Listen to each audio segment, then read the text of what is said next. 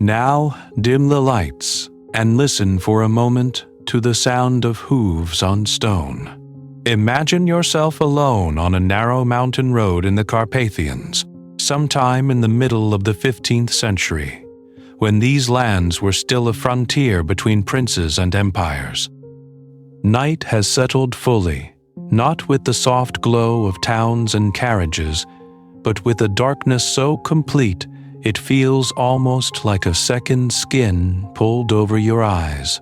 Your carriage lantern is a weak, wavering thing, its little flame struggling against the mist that spills down from the pines. The light reaches only a few paces ahead, catching the glint of wet rock, the pale shine of frost along the roadside grass, the occasional twisted root that seems to reach for the wheel.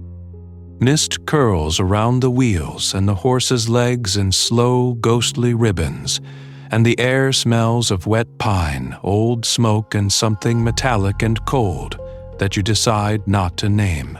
The leather harness creaks with each step. The horse snorts, breath blooming into brief white clouds that vanish almost as soon as they appear. Hoof, stone breath. Hoof, stone breath. The sounds should echo in these high valleys, but tonight they feel strangely swallowed, pressed close by the forested slopes that rise on either side like dark, listening walls.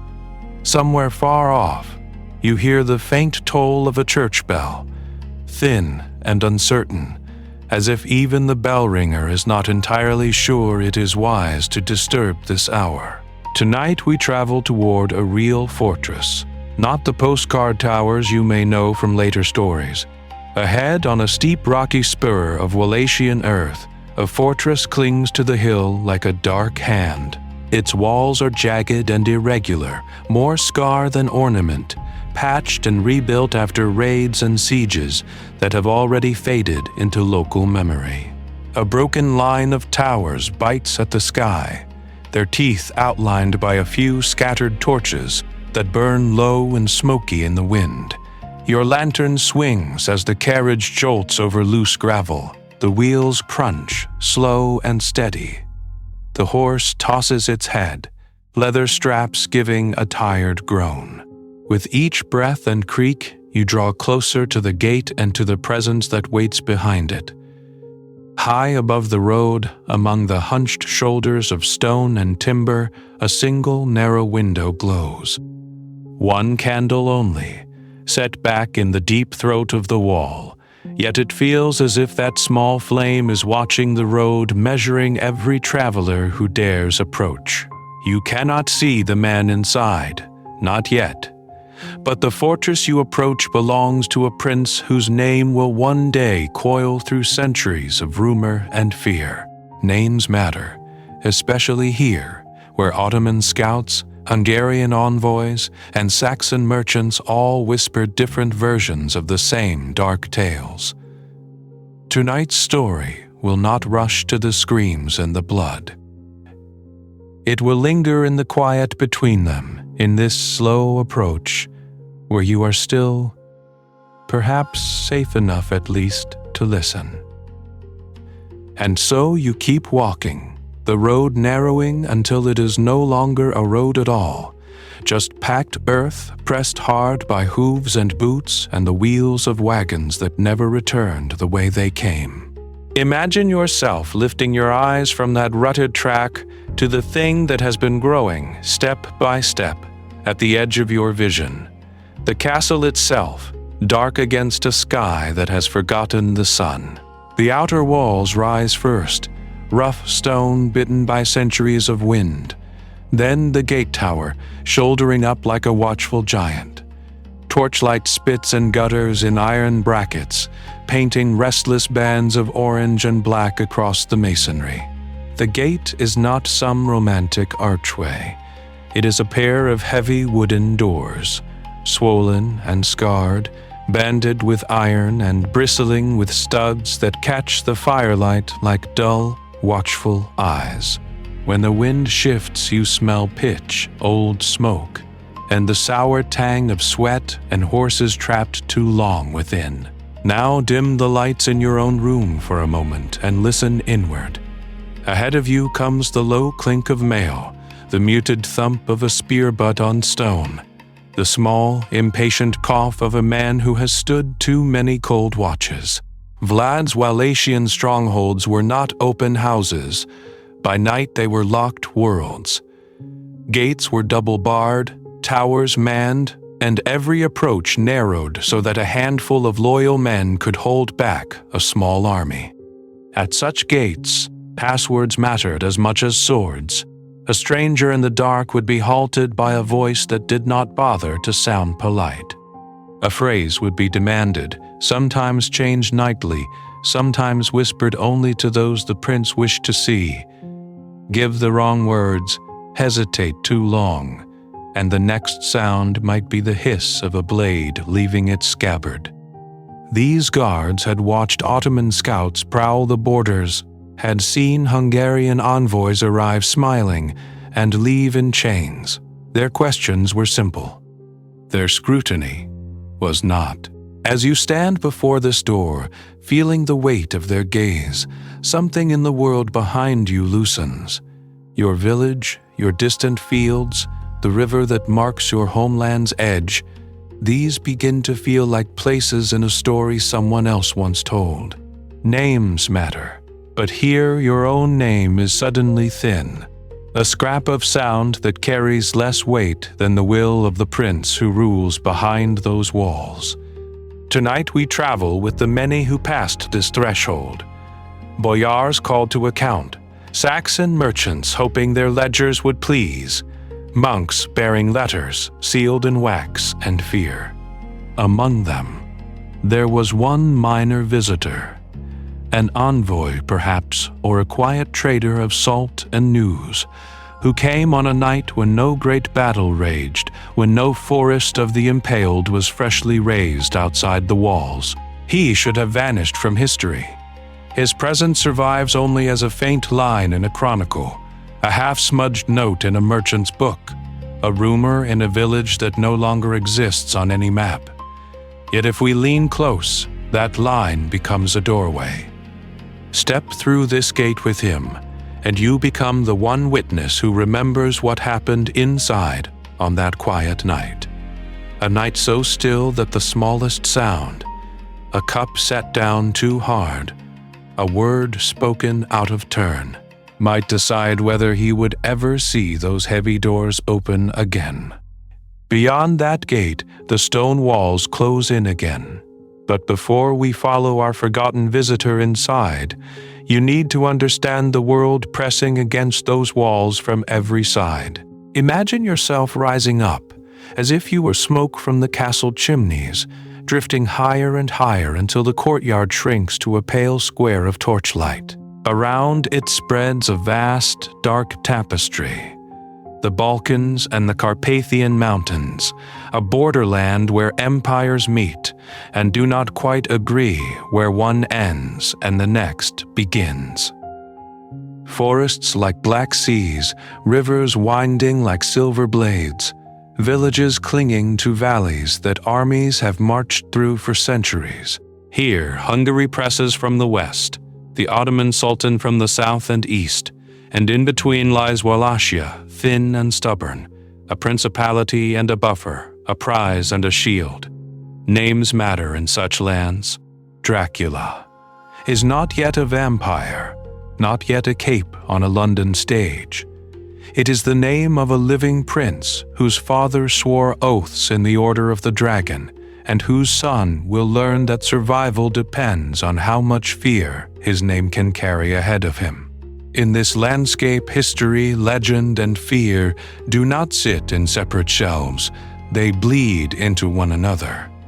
A peasant's tale told by firelight of a lord who dines among the impaled becomes a rumor carried by a Saxon merchant. That rumor hardens into a line in a court chronicle, which in turn is twisted into a lurid woodcut on a German pamphlet sold for a few coins in a distant town. Each version sharpens the teeth a little more. Tonight we travel along those threads. From 15th century Wallachia, where Vlad rules through forests of stakes and midnight inspections of his own guards, to 18th century presses in Saxon and Serbian lands, where pamphlets multiply stories of his cruelty into something almost supernatural, and then on to 19th century London, where a theater manager named Bram Stoker finds the word Dracula and feels instinctively its weight. Safe enough at least to listen, you will move between a single quiet night in one of his real strongholds and the centuries of stories that rose up around it. The emotional stakes are simple, and not simple at all. What did it mean to live under, or even briefly visit, a ruler whose justice might leave you rich, ruined, or impaled by morning? To ride toward his castle knowing that a wrong word at dinner could be your last? And why, even now, does the thought of that summons make your pulse quicken? Now dim the lights, because our path will keep slipping between one narrow corridor and a whole region at war. One moment, we will stand beside our obscure envoy as he waits outside the great hall door. The next, we will watch Vlad's reigns rise and fall, see Ottoman banners on the horizon, and hear the scratch of foreign pens turning his life into legend. When we return to that quiet night, you may find that the silence around him is louder than any scream, and that silence, around one forgotten visitor, belongs to a world you would not wish to enter awake. Imagine yourself stepping beyond that great hall door, not as a viewer of a distant story, but as a living body in 15th century Wallachia. The torches smoke, the stone sweats. Outside the walls, the roads that wind toward this fortress are lined with bodies raised on sharpened stakes, their silhouettes like a forest of broken trees against the moon. Villages you passed on the way here smolder in the dark, burned because they paid the wrong prince, or paid the right prince too late. This is a land where loyalties shift as quickly as mountain weather, and where every shift has a price. Boyars who dined with Vlad at Easter might greet Pentecost on the end of a stake. Merchants who once traded under Ottoman protection can find their caravans seized, their companions flayed, simply because a rumor crossed the border before they did. When Vlad rules, punishment is not only swift, it is inventive. People are boiled, skinned, nailed, displayed. The cruelty is not random. It is a language of power, spoken in blood and smoke. Inside his strongholds at night, the danger tightens.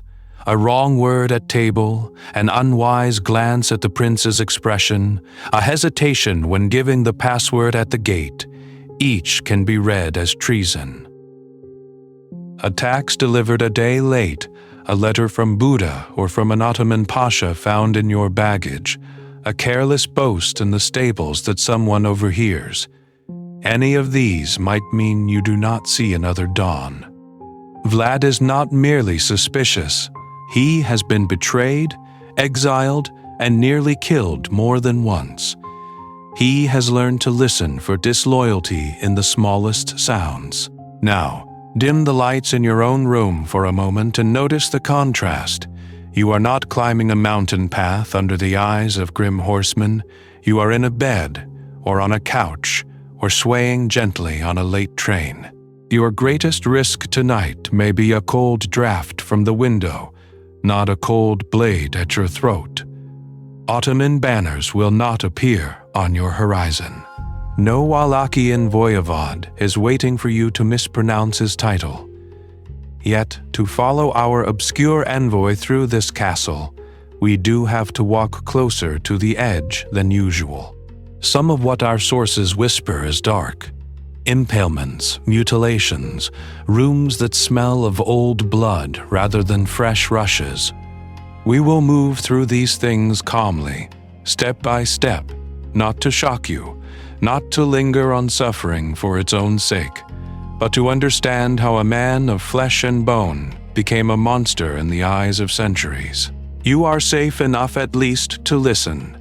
The walls around you are not of stone, and no guard will demand a password when this story ends.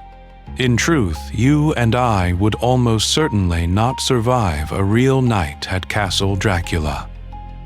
A misplaced question, a nervous glance, a foreign accent might be enough to condemn us.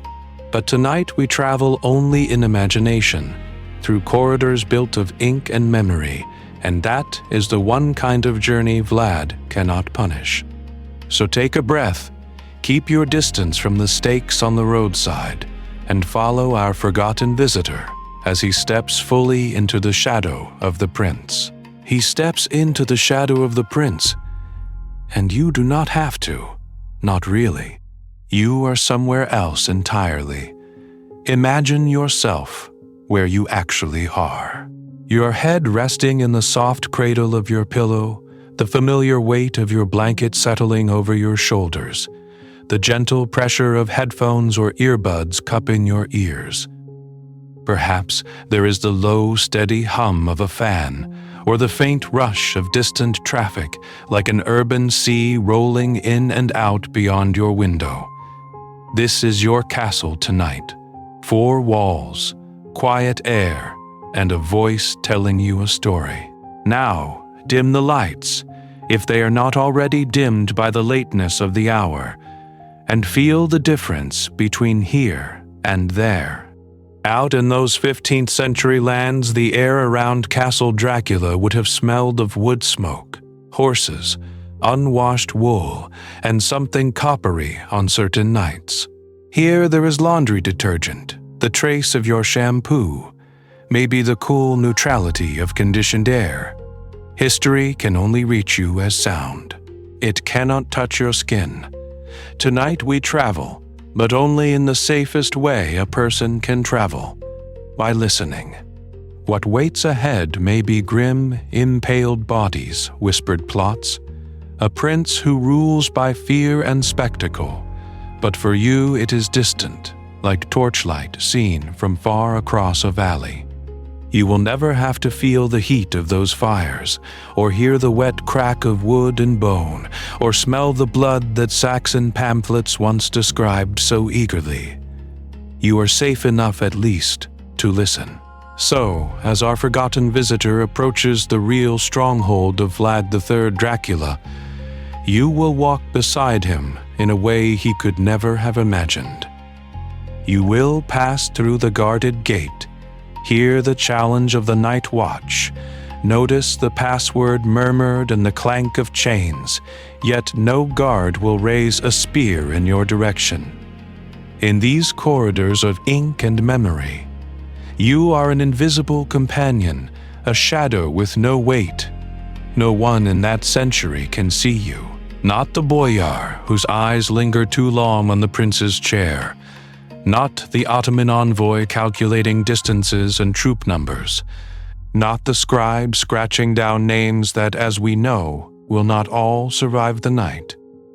You may lean close to their arguments, study the lines of worry on their faces, even peer over Vlad's shoulder as he contemplates maps and punishments, and still you do not exist to them. This is meant to be a slow, deliberate journey, as much for quiet contemplation as for chills. If your eyes grow heavy, let them close. The story will go on weaving itself behind your eyelids, turning stone halls and torchlit courtyards into a private theater of the mind. You can drift in and out, catching impressions, a slammed door, a muttered curse, a name half heard, without ever losing the thread entirely. And if, at any moment, the forest of the impaled feels too close, or the silence between screams too oppressive, remember the simplest power you hold that no 15th century prisoner possessed. You can pause. You can take a slow breath, feel the mattress beneath you, count the seconds with the rhythm of your own heartbeat. All of this lies centuries away, locked in stone ruins, brittle paper, and the half-truths of enemies. When you are ready, you can press play again, and rejoin our unseen watch beside that anxious visitor as the doors of Vlad's castle swing inward and the quiet night deepens. If you have pressed play again, then you have already done something quietly brave. You have chosen to walk back into the dark corridor of this story, to let the centuries fold in around you like a heavy cloak, and to sit once more with that anxious figure at the gates of a Wallachian fortress. Imagine yourself pausing there for just a moment longer, at the threshold between your room and his.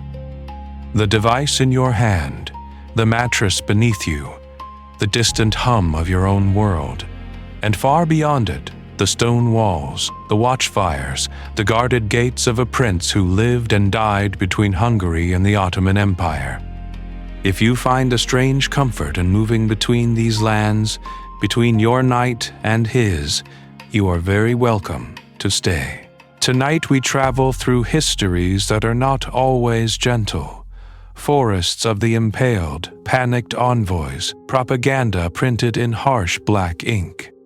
Yet here, in this small shared space between my voice and your imagination, it is safe enough at least to listen.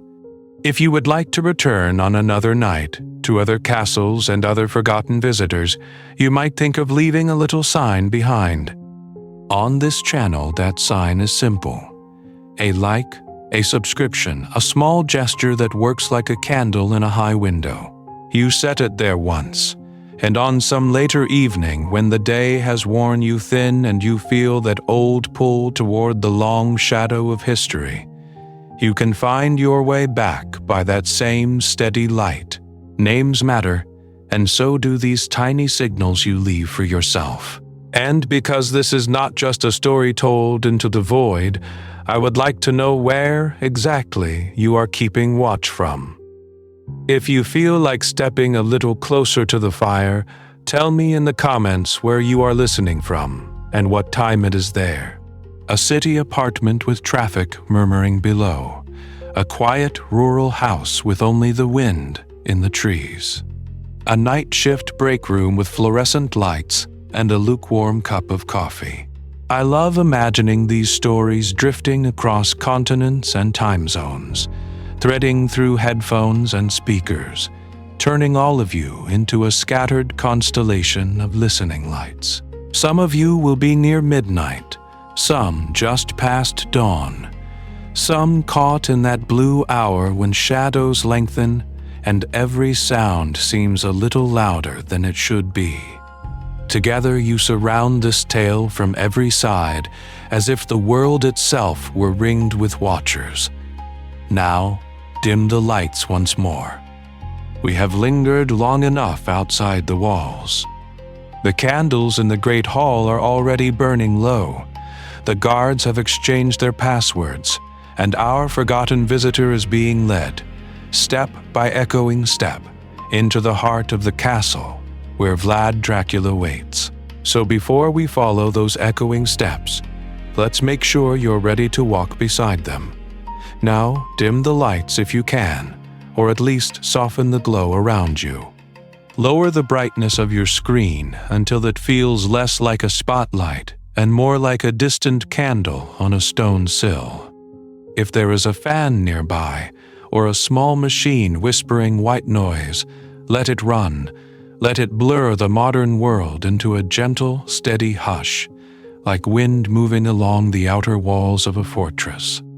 Imagine yourself taking a moment to prepare, as any cautious visitor to a prince's court would. Reach for a sip of water, or a cup of tea cooling slowly at your side. Feel the weight of your body where you sit or lie and adjust just enough to be truly comfortable.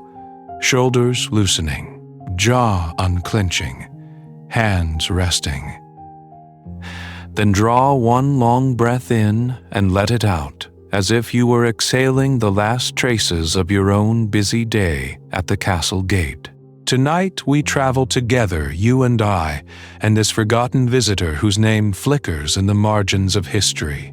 So let's ease into tonight's journey together at the same slow pace as those guards outside Vlad's stronghold, trading passwords under the stars. You are not alone in this. You are in a small company now. Yourself, the narrator, and a nervous envoy, monk, or spy who has already decided that this night must be survived and then remembered. The outer courtyard lies behind us. Feel the moment when the threshold appears, a heavy door banded with iron, its wood polished by centuries of hands that had no choice but to push it open. The air changes as you cross. Outside it smelled of horses, damp earth, cold iron, and the faint smoke of village fires beyond the walls. Inside, the air is thicker, cooler. Stone holds the day's chill. You catch the sour-sweet trace of tallow candles, the dry dust of old banners, and something metallic, like a memory of blood that has long since been scrubbed away. The sounds shift too. In the courtyard you could still hear the world, a distant dog, an Ottoman curse from a hired archer, the clatter of armor as a guard shifted his weight. Now, as the door thuds shut behind you, those noises flatten into a muffled murmur. A quieter realm takes over. The drip of water somewhere below, the rustle of a servant's sleeve, the soft measured ring of your own footsteps, safe enough at least to listen, if not to linger. A servant, or perhaps a mailed guard, walks a pace ahead, torch held high. The corridor is dim, its ceiling low, its stones sweating with old moisture. Shadows lean and straighten as you move, like silent witnesses pressed into the walls. Each step you take echoes, and with every echo you and our composite visitor are led deeper, away from the gates, away from the last view of the sky, and toward the true heart of Vlad Dracula's domain, where the night is only beginning to show what it holds. But before we go any deeper into that stone throat of corridors and chambers, we have to step back. We have to step outside the castle and outside the night. The story behind this quiet passage through Castle Dracula begins in the year 1431. Now dim the lights in your mind and let the echoes fade. Replace them with a different sound, the slow tolling of a church bell over a small Transylvanian town. Imagine yourself standing beneath steep, crowded rooftops in Sighișoara, smoke curling from chimneys, merchants calling in German, Romanian, and Hungarian, while the narrow streets twist uphill toward a watchtower that keeps its own stern vigil over the valley. Somewhere behind one of those plastered walls, in that very year 1431, a child cries for the first time. His name will be Vlad. Later he will be known as Vlad III. Later still, the world will remember him as Dracula. But for now, he is only an infant in a border town, born to a wandering nobleman who is not yet a prince. That nobleman is Vlad II, a member of the Order of the Dragon, a chivalric brotherhood sworn to defend Christendom against the advancing Ottoman frontier. Because of that order, he carries a new title, Dracul, from the Latin Draco, Draken. Names matter. For his son, that title will become a shadow that never quite leaves his shoulders. Dracula, in the language of his lands, simply means son of the dragon, or, if you say it with enough suspicion, son of the devil. Tonight we travel south from Sighișoara in your imagination, crossing the dark line of the Carpathian Mountains. On the far side lies Wallachia, the principality Vlad II will rule, and that his son will fight, bleed, and kill to hold. It is a lowland country of rivers and marshes, monasteries and wooden villages, squeezed between the Kingdom of Hungary to the west and the rising Ottoman Empire to the east, a frontier not just of lands but of faiths, languages, and loyalties. Mist curls up from its forests, and along its borders riders change banners as often as they change horses. Here, a prince lives under constant pressure, watching Budapest on one horizon and Edirne, then Constantinople on the other. Wallachia is small, but it sits on the road the Ottomans need and the Hungarians cannot afford to lose. That makes it valuable. That makes it deadly. This is not the Hollywood Dracula with a cape and polished accent. This is a real historical prince, born into a world where impalement, hostage-taking, and sudden betrayal are tools of policy, not props in a Gothic play. His life and actions, retold and twisted by enemies, neighbors, and later storytellers, will feed the legend you know. To understand the mood inside Castle Dracula on that quiet night, we must first understand this world that shaped the child in Sihishora, the boy hostage at an Ottoman court, the ruler who learned that fear could be a fortress when stone walls were not enough. Only then can we follow our forgotten visitor back into the castle corridors, safe enough at least to listen, and see what sort of man waits at their end. To understand what waits at the end of those castle corridors, you must first understand the banner that hangs above them. In this world of shifting loyalties and fragile walls, a symbol could be sharper than any sword, and a name could strike farther than any spear. Imagine yourself in the early 15th century, long before Vlad's infamous reign, when another man named Vlad rode to a royal court in Buda.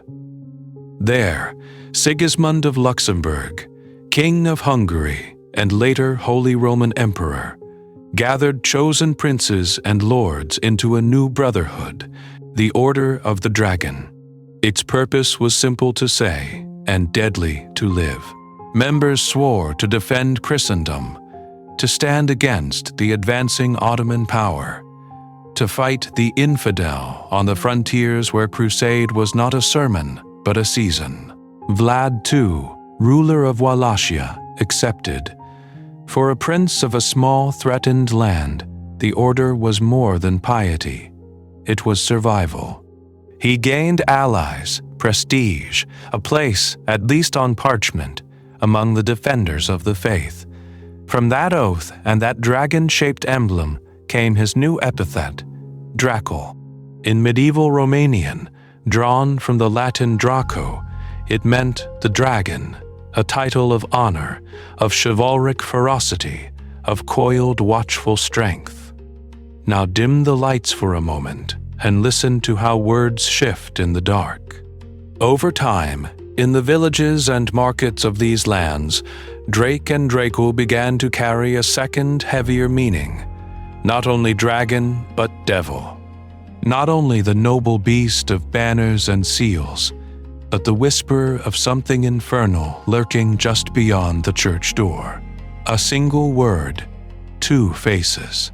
One turned toward the altar, one toward the abyss. Names matter in such a world. They ride before you on the lips of envoys. They flutter above your head on painted cloth.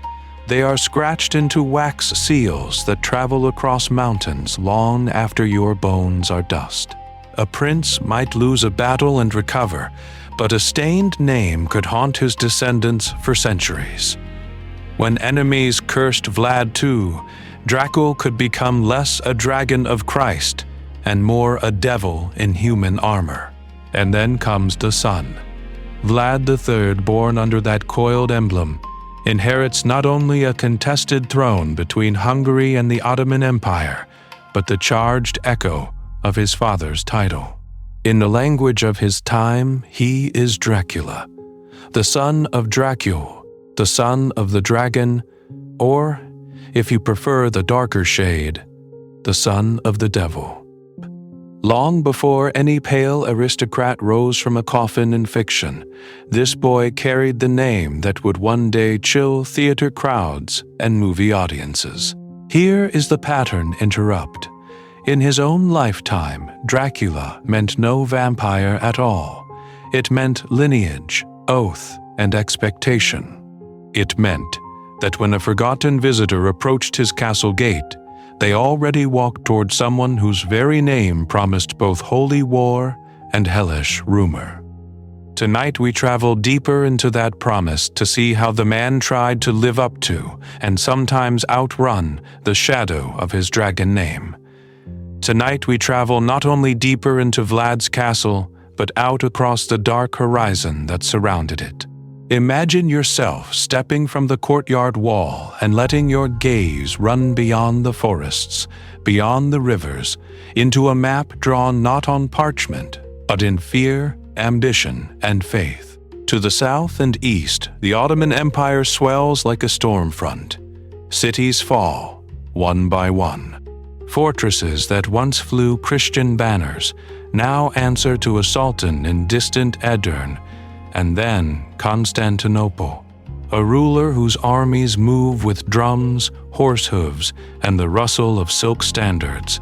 To the northwest, the Kingdom of Hungary braces itself, a Catholic bastion trying to hold the line with stone castles, border garrisons, and crusading vows that do not always come with matching funds. Between these heavier weights on the scale lies Wallachia, small in land and treasure, but enormous in strategic importance. Now, dim the lights for a moment and picture that strip of territory, mountains at its back, the Danube like a silver blade at its feet. Wallachia is a frontier, a buffer, a human shield. When the Ottoman pushes north, its armies cross Wallachian ground. When Hungary wants to strike south, its riders demand passage, taxes, and loyalty. Names matter here, because they are often the only armor a prince has when steel and coin run out. In this world, Wallachia survives by bending without quite breaking. Some years its ruler pays tribute to the Ottoman Sultan, gold, grain, and boys for the Janissary Corps. In return, the Turks promise protection, at least on paper. Other years, the same ruler turns his face toward Buda, seeking Hungarian backing, titles, and cannon. A single miscalculation, a tribute missed, a letter intercepted, and the principality can be punished from either side, invaded under the polite pretext of restoring order, with a more obedient puppet on the throne. The Wallachians themselves are Orthodox, crossing themselves in the old style, chanting in churches that follow Constantinople's patriarch rather than the Pope. Their northern neighbors in Hungary are Catholic, sworn to Rome, preaching crusade against the infidel. To the south, the Ottoman court follows Islam, and its sultans see themselves as protectors of the faithful and rightful overlords of the Balkans. Each faith offers lofty language to bless very practical wars. An attack can be called a holy duty, a refusal to pay tribute recast as blasphemy, a temporary alliance with yesterday's enemy explained as a necessary stand against a worse unbeliever. At the center of this tangle stands the voivode of Wallachia. The word means more than prince. It means war leader, frontline commander, the man who must ride at the head of his troops and also judge disputes over fields and mills. If he fails, if villages burn, if tribute falls short, if boyars whisper that he is weak, he is not merely replaced. He is disgraced, hunted, often killed, and his family with him. Safe enough at least to listen, you can begin to feel why a ruler in such lands might sleep lightly. The pressure comes from all directions. Ottoman envoys at the gate, Hungarian messengers at the border, Saxon merchants complaining in their fortified towns, local nobles plotting in candlelit halls. Under such strain, suspicion stops being a character flaw and becomes, in the voivode's mind, a survival skill. So when our forgotten visitor finally approaches Vlad's stronghold on that quiet night, They are not just walking into one man's cruelty. They are stepping into a principality that lives in a permanent state of siege, where harsh discipline is praised as strength and mercy can look dangerously like weakness. The watchtowers, the passwords at the gate, the sense that every eye is measuring your worth, all of it is shaped by this frontier of crosses and crescents. Before we open the doors of the castle itself, you need to understand that the real horror for those who lived here was not a monster in the dark, but the very real armies waiting just beyond the tree line. Those armies beyond the tree line were not an abstract fear for Vlad. They were the background noise of his childhood, as constant as the wind in the forest, and far more dangerous. Imagine yourself not as a visitor riding toward Castle Dracula, but as a small boy in a drafty hall, listening to men argue about which foreign master they must appease this week to stay alive. Names matter, and Vlad's father carried one that drew trouble like lightning. Dracula, the dragon, sworn to a chivalric order that promised to resist the Ottoman advance. Yet his throne in Wallachia was never solid stone. It was a shifting plank laid over a pit. Rival boyar families watched him with narrowed eyes, counting how many soldiers he could summon, how many coins he could pay, how many enemies he dared offend. Loyalty here was not a virtue, it was a wager. Tonight we travel back to those early years when Vlad is not yet the impaler, only a prince's son trying to read the room. Wallachian princes came and went with unnerving speed, installed by Hungarian kings, removed by Ottoman sultans, restored by some sudden coup at midnight. One season your father is addressed as Highness, the next he is a fugitive riding through the snow, or a corpse in a ditch. Power is always provisional, stamped with an invisible expiration date. Now, dim the lights and picture the childhood most people imagined for a noble boy. Hunting parties, music in the great hall, tutors bending over illuminated manuscripts. Some of that existed. But layered over it were other lessons. The thud of a body hitting the earth after an execution. The metallic smell of blood in the courtyard. The way adults lower their voices when certain names are spoken, and the way those names sometimes vanish from conversation altogether. Vlad grew up watching uncles, cousins, and patrons fall from favor, exiled 1 month, quietly murdered the next.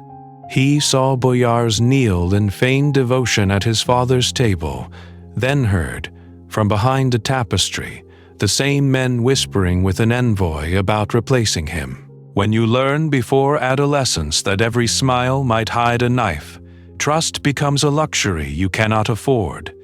In this world, children themselves became pieces on the board.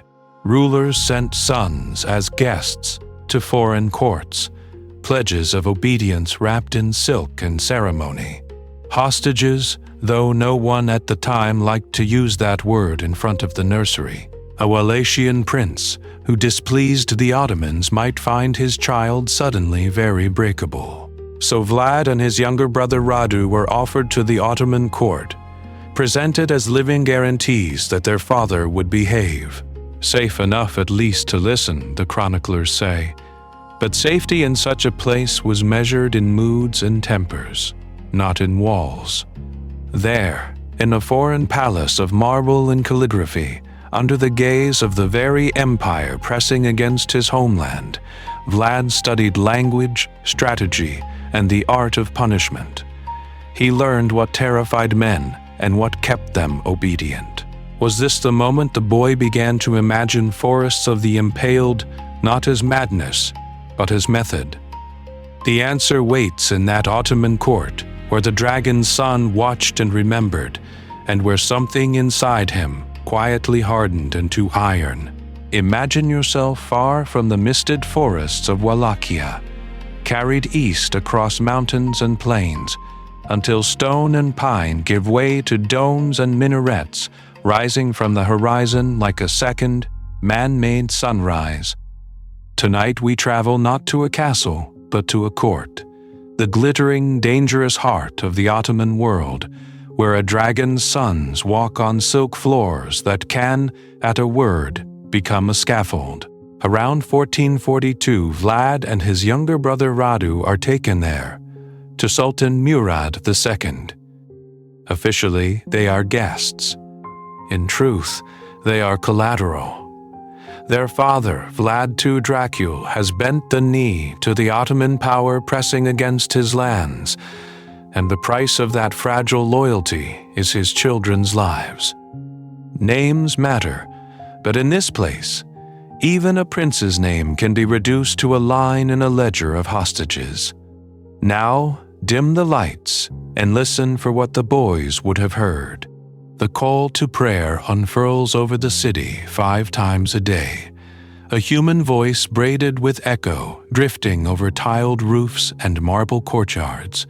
Sandaled feet whisper across polished stone. Silk garments brush past, soft as breath.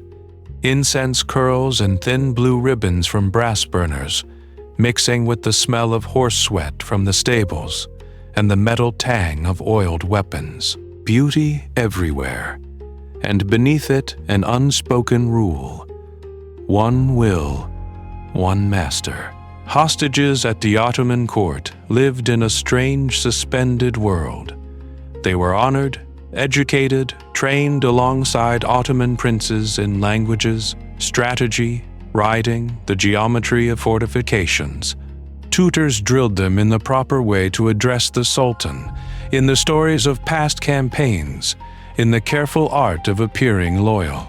They ate well, slept under painted ceilings, and learned that a smile from the throne could mean advancement, or a reminder that their father's next betrayal would be paid for in their blood. Safe enough at least to listen, you can follow young Vlad through those courtyards, watching him watch. He would have seen punishment carried out in public squares and palace yards, floggings, mutilations, executions meant not only to kill, but to instruct. Among them, impalement, already part of Ottoman terror, long before his own grim fame. Bodies raised on stakes outside city walls, left as warnings to deserters, rebels, and anyone who misread the Sultan's patience. In that environment, fear was not an accident, it was policy. A boy like Vlad learned quickly that mercy could be mistaken for weakness, and weakness invited annihilation. Survival meant reading faces, silences, the tiniest shifts in mood at court. It meant understanding that his life and Radu's were bargaining chips that could be discarded the moment Wallachia stepped out of line. Centuries later, people would imagine Dracula learning cruelty in some haunted tower. But the real lesson in power came here, in bright courtyards and shadowed halls, where he discovered that to rule on a frontier between empires, you might have to make yourself more frightening than the empire itself. The next time he returned to those lands as a prince, he would bring that lesson home. And when he finally built his own knight around fear, the memory of those Ottoman days would stand behind his throne like an unseen guard. Imagine yourself back in that Ottoman courtyard, the air dry and bright, the walls high and pale against the sun. A boy named Vlad stands there, a prince without a throne, when news begins to seep through the corridors like smoke under a door. At first, it is only whispers, half believed. Then it hardens into fact. His father, Vlad II Dracula, is dead. His older brother, Mircea, is dead. Names matter, and these two names had once meant protection, lineage, a path home. Now they mean something else entirely. Warning, tonight we travel, not across mountains, but along the invisible road that carries such tidings from Wallachia to an Ottoman court. Messengers ride, boyars negotiate, letters are opened, folded, and quietly discussed. Somewhere between the Turkish of the Sultan's advisors and the murmured Romanian of servants, the story reaches two hostages, the father lured out, captured, killed, the heir, Mircea, blinded and buried alive in Wallachian earth, likely with Ottoman approval and boyar betrayal working hand in hand. Think of that for a moment. A teenage prince hearing that his house has been uprooted, that his blood has been spilled, and that the men who should have defended his dynasty instead helped to erase it. He cannot ride home. He cannot challenge anyone. He cannot even weep too loudly because his captors are also his teachers. Powerless, he is expected to bow and learn. In that silence, a lesson takes root. If your own nobles can turn on you, then loyalty is an illusion. If foreign empires can decide which son lives and which son dies, then pity is a weakness. Somewhere behind his eyes, a worldview begins to crystallize. Betrayal must be crushed before it flowers. Fear is safer than love, and mercy is merely an invitation to revolt. Now, dim the lights for a pattern interrupt. The same courtyard holds another boy, Radu, Vlad's younger brother. Where Vlad grows hard and watchful, Radu bends without breaking. He learns the language more easily, smiles more readily, moves through Ottoman life with a grace that will one day earn him the epithet the handsome. He becomes a favored companion, even a kind of ornament at court. Vlad watches, and the distance between the brothers widens into something like a fault line. Safe enough at least to listen, you can almost hear the quiet vow forming in Vlad's mind. If he ever returns to Wallachia, there will be no more trusting boyars, no more gentle compromises, no more leaving justice in other hands. When he finally seizes power, he will not only remember Ottoman cruelty, he will refine it. Password-guarded gates, sudden executions, forests of the impaled, has messages written in flesh.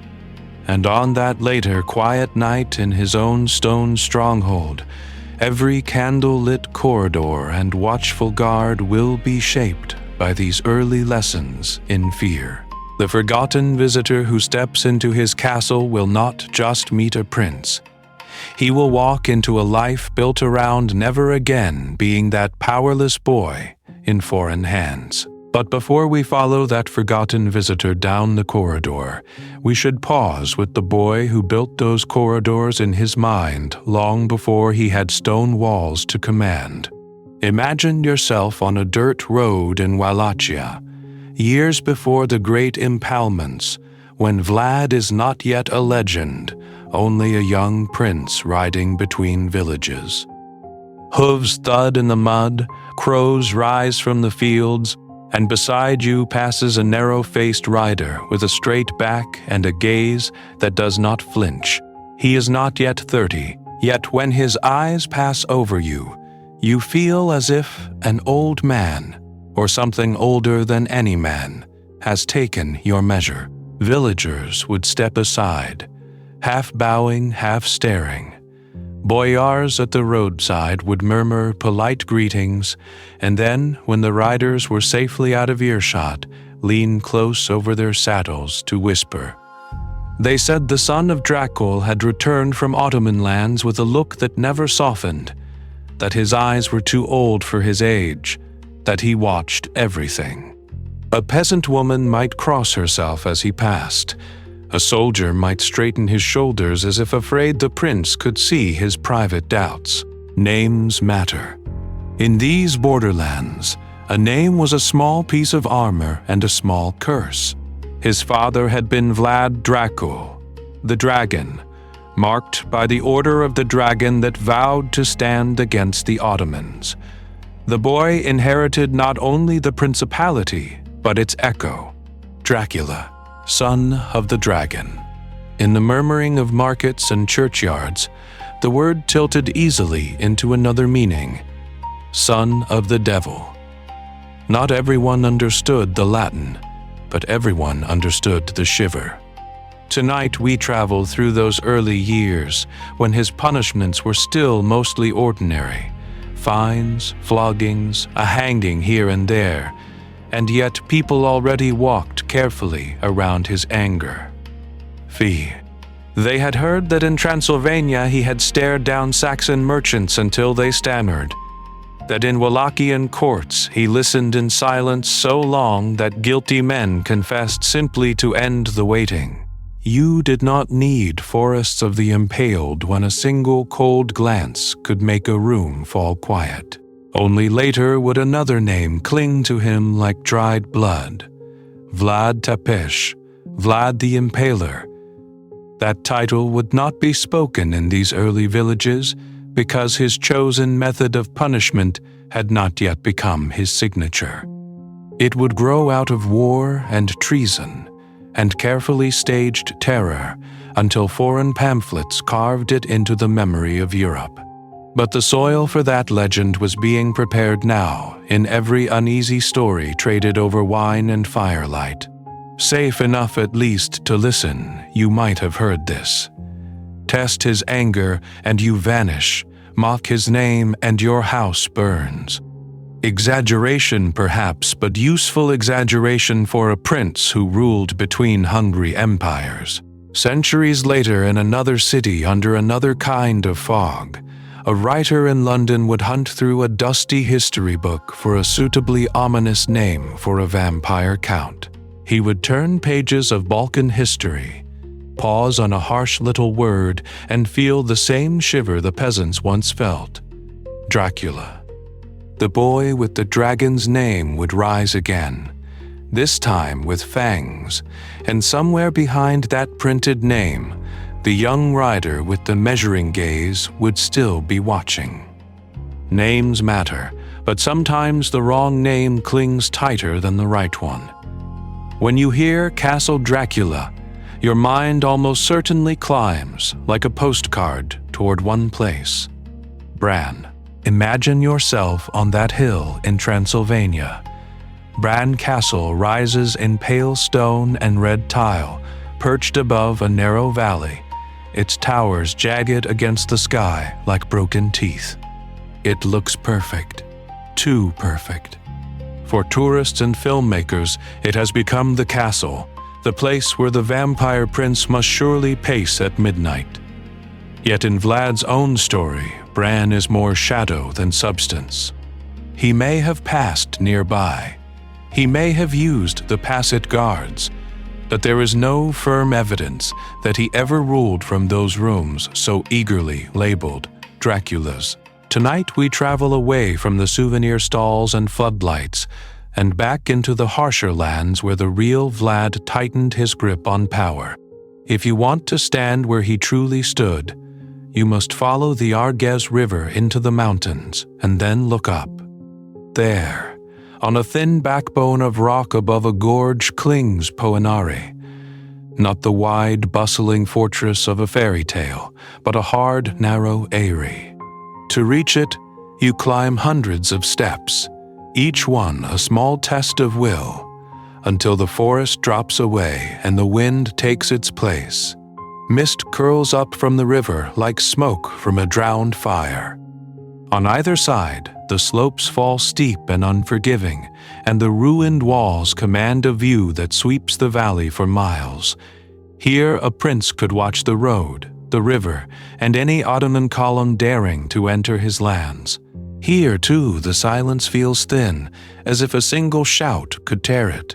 Yet Poenari, for all its menace, was not the true heart of government. For that, you must imagine yourself walking not a mountain stair, but the streets of Targovishta, the princely court of Wallachia. Within its walls rose towers and halls, churches with painted icons, storehouses and stables, the everyday machinery of rule. This was an administrative center, a place of documents and decrees, of boyars summoned and judged. It was here, according to hostile Saxon pamphlets and Slavic tales, that Vlad ordered forests of the impaled to rise outside the town, and where messengers from the Ottoman Sultan learned how little their master's power impressed him. Pattern interrupt.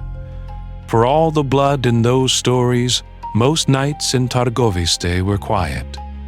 Dates shut, passwords checked, guards pacing the walls, dogs barking and then falling still. Safe enough at least to listen.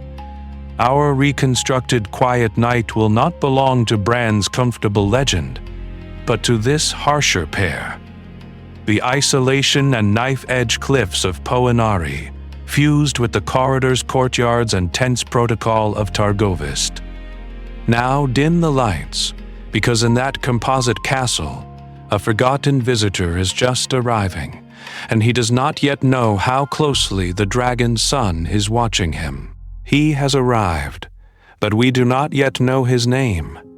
Names matter in these lands, but the truth is that for a night like this, history does not give us a single generous diary, no careful hour-by-hour account of a guest at the court of Vlad, Prince of Wallachia.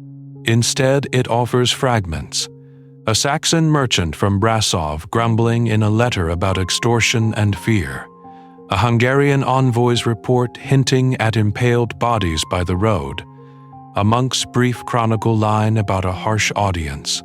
And a colder departure. Imagine yourself leafing through those scattered pages. A German pamphlet printed in Nuremberg, eager to sell horror. A Saxon town record noting a man who went south to the Wallachian court and came back much altered. A Slavic chronicle where Vlad appears suddenly like a thunderclap of violence in the middle of otherwise dry political notes. No single voice lingers long enough to guide us through one full night. They appear, speak a sentence or two, and vanish into the centuries again. So tonight we travel with a composite shadow, drawn carefully from those thin lines of ink. Perhaps he is a minor Saxon merchant from Brasov, summoned to settle a customs dispute with the prince who controls the passes. Perhaps he is a low-ranking Hungarian envoy, sent with cautious words from Buda, important enough to be received, but far too junior to be remembered. Or he may be a monk, robe travel-stained, carrying letters sealed in wax, and prayers for peace that no one truly expects to be answered. Whoever he is like so many in Vlad's story, close enough to feel the heat of power, too small to leave more than a trace. Somewhere in a margin he may have written only a few lines. That the road was lined with stakes, that the stench made the horses shy, that he did not sleep easily after looking into the voivod's eyes. Then the record closes over him, and he sinks back into anonymity, to reconstruct, carefully and transparently, what such a quiet night might have felt like, using what we know of Vlad's habits, his strict nighttime guards and passwords, his love of ceremony, and the customs of a 15th century frontier court pressed between the Ottoman Empire and the Kingdom of Hungary. This is not invention for its own sake. It is a guided imagining, anchored in the hard edges of the sources that do survive. So, imagine yourself wearing his cloak, carrying his satchel of letters or accounts, hearing your own footsteps echo as you pass beneath the gate. The torches spit. The courtyard is smaller than legend, and darker. You are inside the castle now, cloak still damp from the mist, heart beating a little too fast, and you have not yet decided which is more dangerous, what Vlad will say to you or what he will not. You stand there a heartbeat too long. The torches hiss behind you, the gate at your back feels suddenly very far away, and ahead the inner courtyard opens like a stone throat swallowing the last of the light. Imagine yourself stepping forward. The cobbles under your boots are uneven, slick where centuries of hooves and feet have polished them, treacherous where frost has crept in and split them like old scars.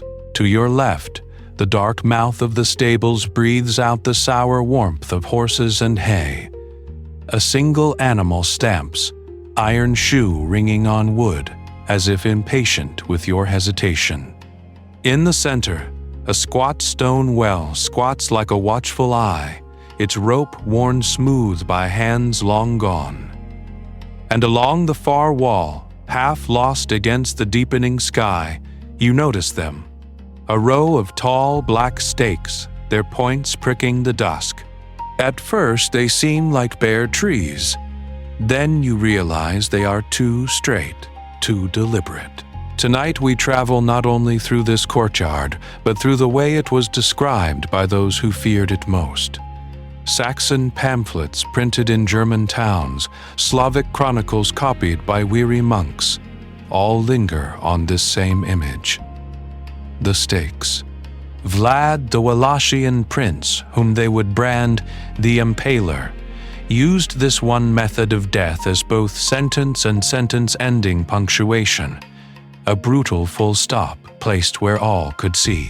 Thieves, deserters, captured Ottoman soldiers, rival boyars who misjudged his patience, their bodies were raised up like warnings written in flesh. The wind slides through the courtyard and the wood answers. You hear the faint, unnerving creak of the taller stakes as they sway, just enough to move whatever is left upon them. Cloth flutters. Bone knocks softly against wood.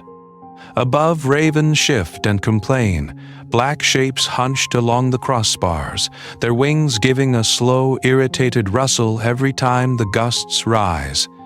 There is a smell here that the evening chill cannot quite erase. Not the bright stink of fresh slaughter, but a thick, metallic ghost of it, clinging to the stones, sunk into the grain of the timber. Chroniclers wrote of forests of the impaled around Targovist, of fields where the odor carried for miles, but even when the bodies were old, they said, the air still remembered. Names matter, and so do smells. Both have a way of lingering long after the bodies are gone. Your stomach tightens, your eyes want to slide away and keep sliding, to pretend you have not noticed the slack mouths, the dark stains, the way some heads loll as if listening. Yet the historian in you, the quiet, stubborn part that insisted on coming here, forces you to look a heartbeat longer. Safe enough at least to listen, you tell yourself, to remember. Do not stare. The voice is soft but close. A hand, gloved and firm, touches your elbow. One of the prince's servants, or perhaps a guard, it is hard to tell in this half-light, steps slightly in front of you, guiding you toward the stair that climbs to the hall. His grace does not like eyes that linger there. The man murmurs, not quite meeting your gaze. Sometimes the dead notice who watches them. And then the voivod notices as well. Now, dim the lights in your mind for a moment and imagine that warning following you up each step, every creak underfoot sounding like a question you are not sure how to answer. You climb step after careful step, and the warning seems to thicken the air around you.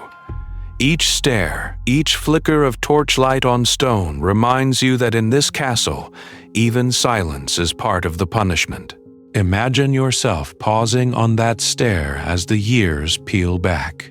It is Vlad's second reign now, the long, hard stretch between 1456 and 1462, when his name begins to settle into the minds of Europe like a stain that will not wash out. This is the period when his harshest policies are recorded, when the forest of the impaled ceases to be rumor and becomes, for many, the last landscape they ever see.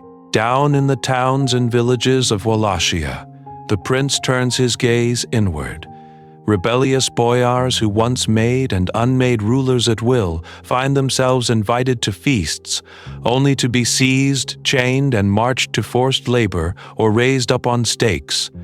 Thieves and highwaymen who for generations had haunted the roads vanish, not because they have reformed, but because their bodies now mark crossroads and riverbanks like grisly signposts. Order is no longer a request. It is nailed into the land. Vlad's campaign is as much against corruption as against open rebellion, at least as he understands those words. Merchants who cheat at weights, officials who take bribes, peasants who lie about their taxes, each can be met with mutilation, hanging, or that slow, terrible ascent onto a sharpened pole. The punishments are not hidden in dungeons.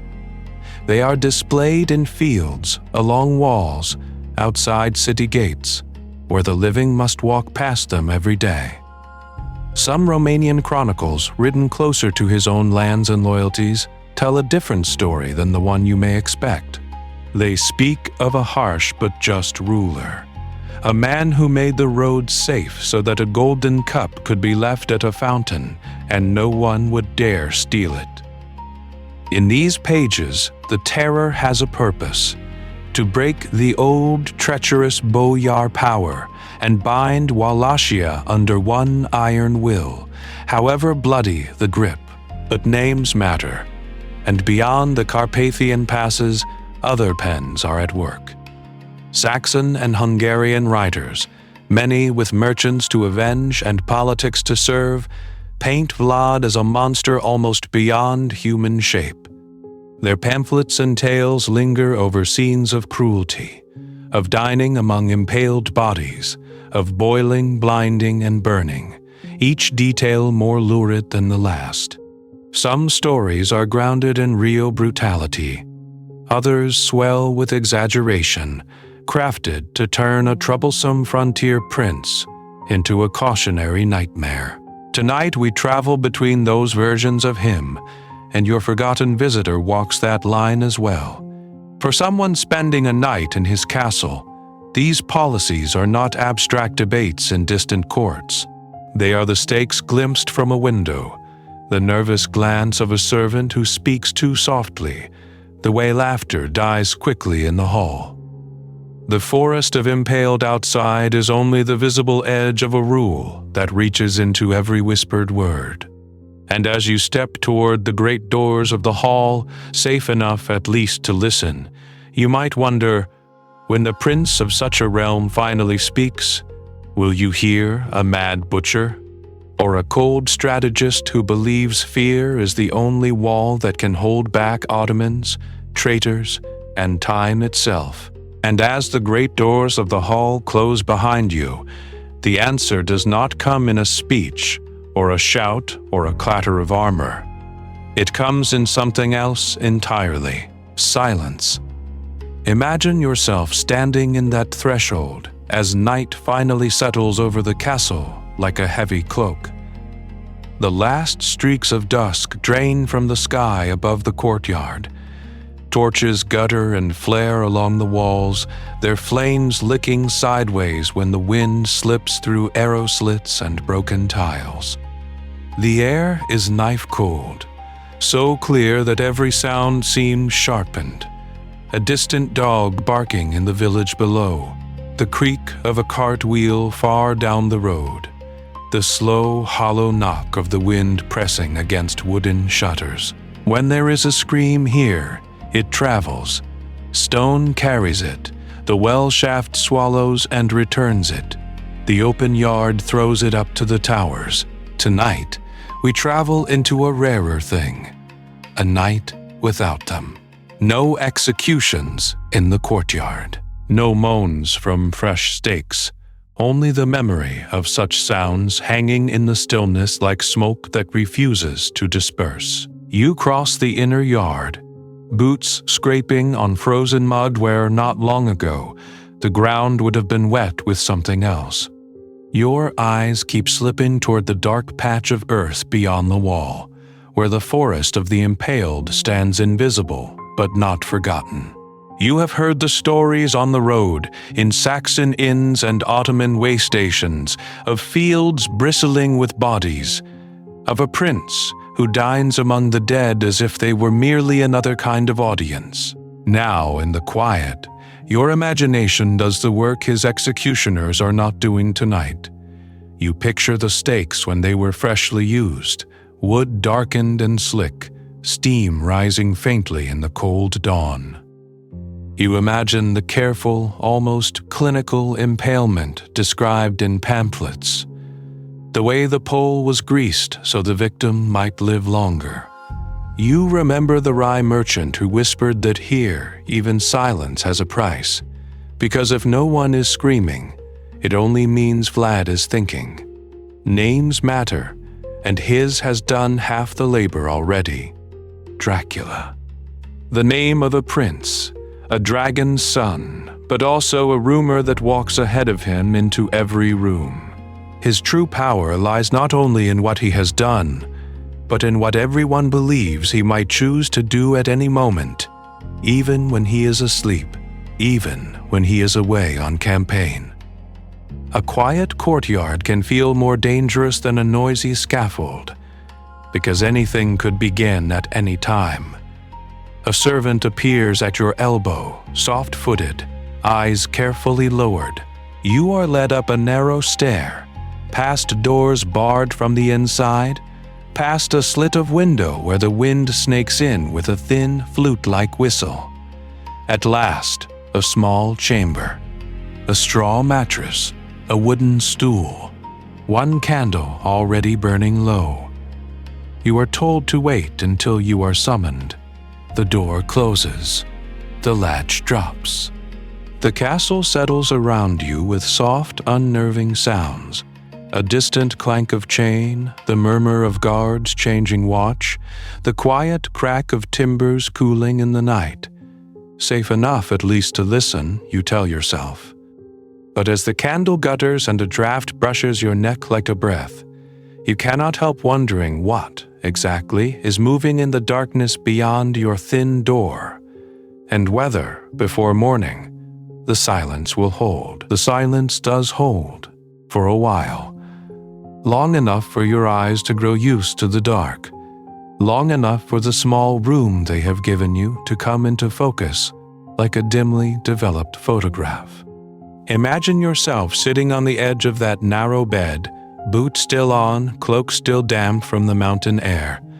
Rough plaster walls close you in on three sides, cracked in hairline veins where the cold has bitten through the stone. A squat wooden chest squats by the foot of the bed, iron hasp crooked, as if it had seen too many hurried packings and unpackings from travelers who were not sure they would stay the night. The only light is a single candle on a wobbling stool, its flame bending and bowing every time a draft snakes under the door. The candle makes the plaster ripple, shadows lengthen, then shrink back, like they are breathing with you. And in that wavering half-light, tonight we travel not through corridors, but through memory. Because this is when the stories come. You have heard them in smoky inns where the wine was thin and the fear was thick. In markets where Saxon traders haggled over salt and cloth and, almost as an afterthought, over news of the Wallachian prince. Vlad dining among the impaled, they said, taking his meals at a table set between stakes where men and women twitched and sagged, their bodies turning slowly in the wind. Vlad boiling people alive in great cauldrons, their screams rising like steam. Vlad forcing mothers to eat their own children as if cruelty itself were a kind of sacrament. Are they true? In lands like these, where the Ottoman armies press at one border and Hungarian ambitions at another, truth and terror often share a cup. Now, dim the lights in your mind a little further and picture a different scene, a German town square, far from this mountain castle, a small stall by a church wall, a printer's apprentice hawking thin sheets of paper still smelling of ink and oil. Saxon pamphlets, they call them.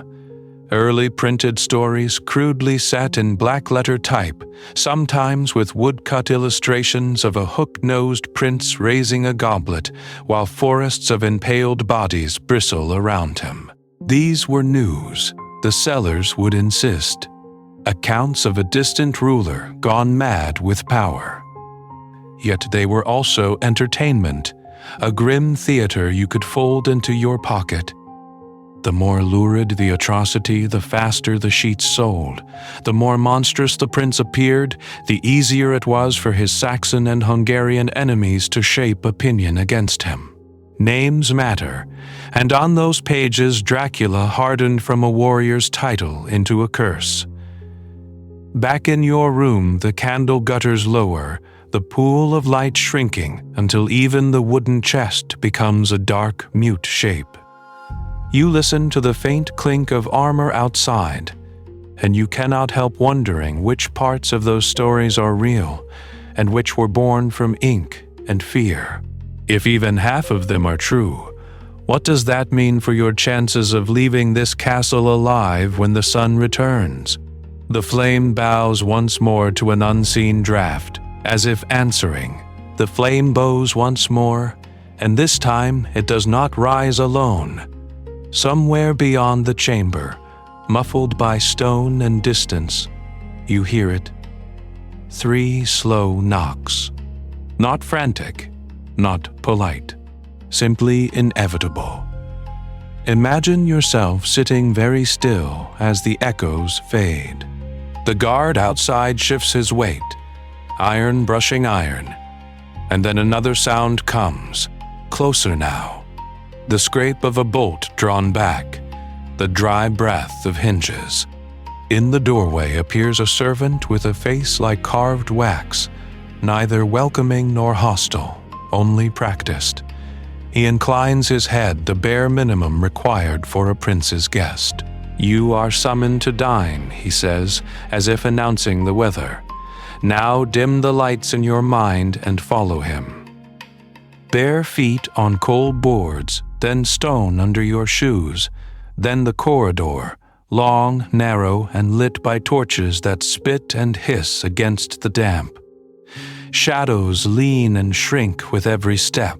Your guide's footsteps are soft, rehearsed over countless nights like this, while behind you the sound of armor resumes, a reminder that you are being escorted and also watched.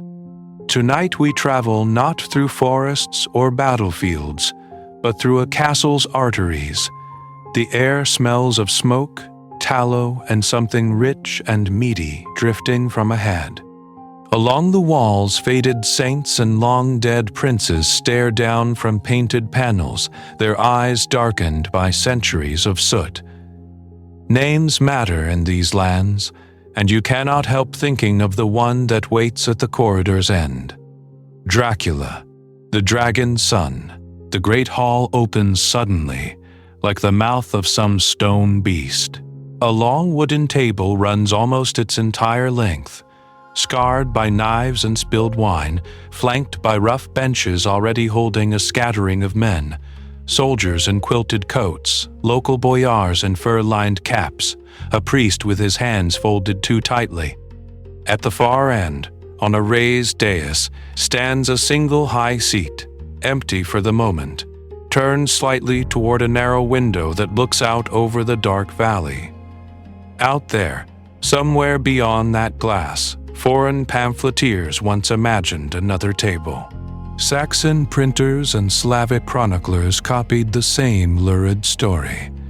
Vlad calmly dining among the impaled, lifting meat to his lips while the dying groaned around him, dipping his bread in their blood as if in a sauce. It is a powerful image, and they knew it. But when we pull it apart, the scene wavers. The tale comes from hostile pens, men who needed a monster to sell to frightened towns and to justify their own politics. Did he truly feast in the midst of twitching bodies? Or did a brutal battlefield and a harsh prince become something more theatrical in the retelling? Even if the details are exaggerated, their popularity tells us how people imagined his relationship to cruelty. Detached, almost ceremonial, as if violence were another course to be served and cleared away. You step over the threshold, and the murmurs along the benches thin into silence. Dozens of eyes hook into you, measuring your clothes, your posture, your usefulness, your fear. The torches seem to flare a little higher, making the tapestries ripple with hunting scenes and battles against the Ottoman shadow. Then, at the far end of the table, the high seat is no longer empty. A figure has taken it, as quietly as a knife laid beside a plate. You see him for the first time, the prince they call Dracula, waiting for you to approach and to discover what is true about his table and what is only a story sharpened for those who do not leave this hall. For a moment, the hall seems to narrow around that distant chair. Firelight leans toward him, shadows fold back, and you finally see the man whose name will echo through centuries, though tonight he is only flesh and breath and calculation. The lad is not tall in the way of statues, but lean, almost wiry, the kind of body shaped by saddles and armor rather than feasts. His face is thin, the cheekbones sharp, the nose long and prominent. Dark eyes sit deep beneath a heavy brow, catching and holding the light like polished obsidian. A long, carefully groomed mustache frames a narrow mouth, the ends falling straight rather than curling in some theatrical flourish you might expect from a legend. His clothing is rich but not extravagant.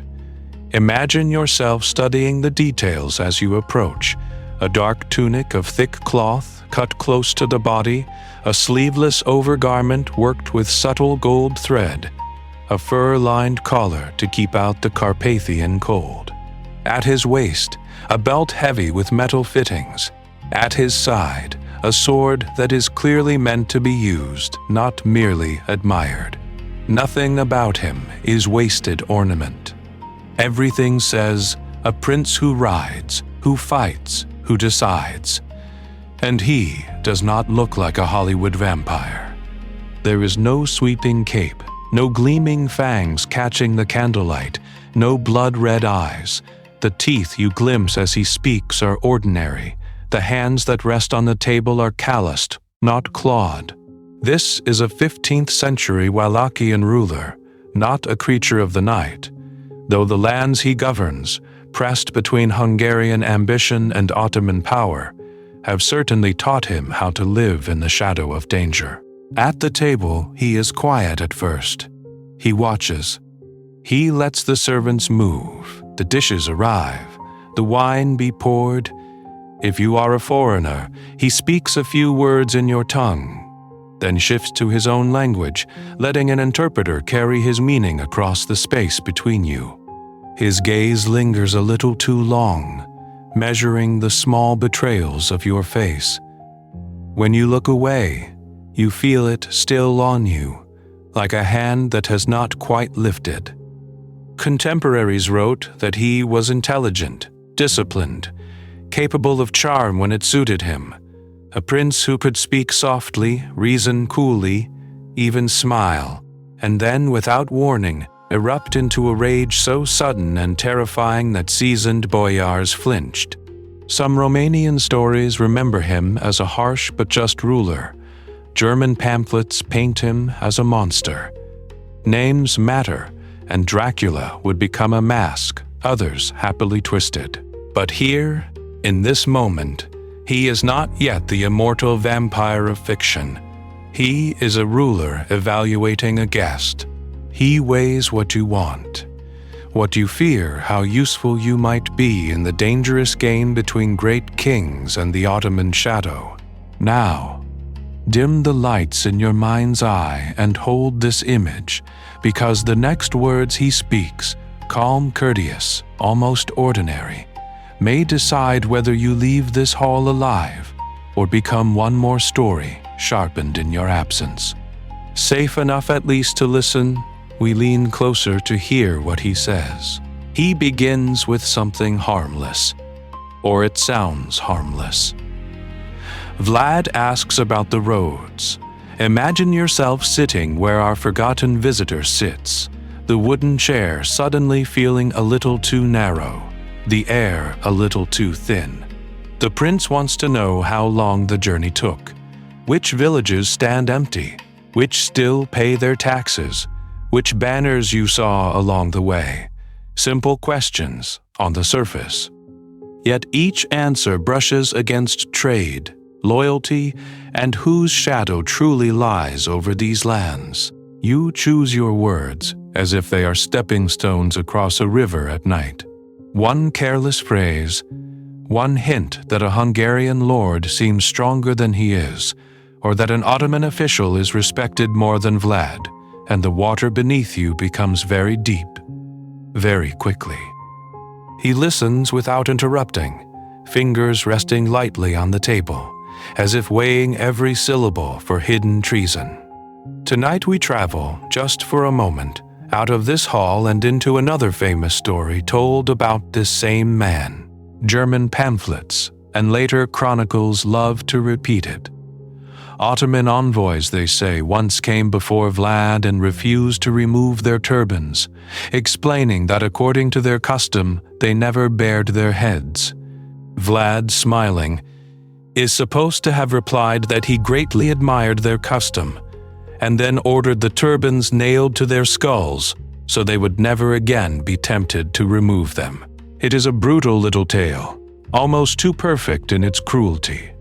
Historians point out that it appears in later hostile sources, shaped by Saxon merchants and Hungarian politics, and may well be exaggerated, embroidered, or even invented. Yet the fact that this was the story people wanted to tell about him matters. Names matter, and so do reputations. To his enemies, Vlad was the prince who would turn a point of etiquette into an excuse for blood. Now, dim the lights in your imagination and return to the table. Whether or not the turban story happened exactly that way, our visitor has heard some version of it. He knows that this is a man who, at least in rumor, punishes perceived disrespect, not with a frown, but with iron, wood, and pain. Every gesture becomes deliberate.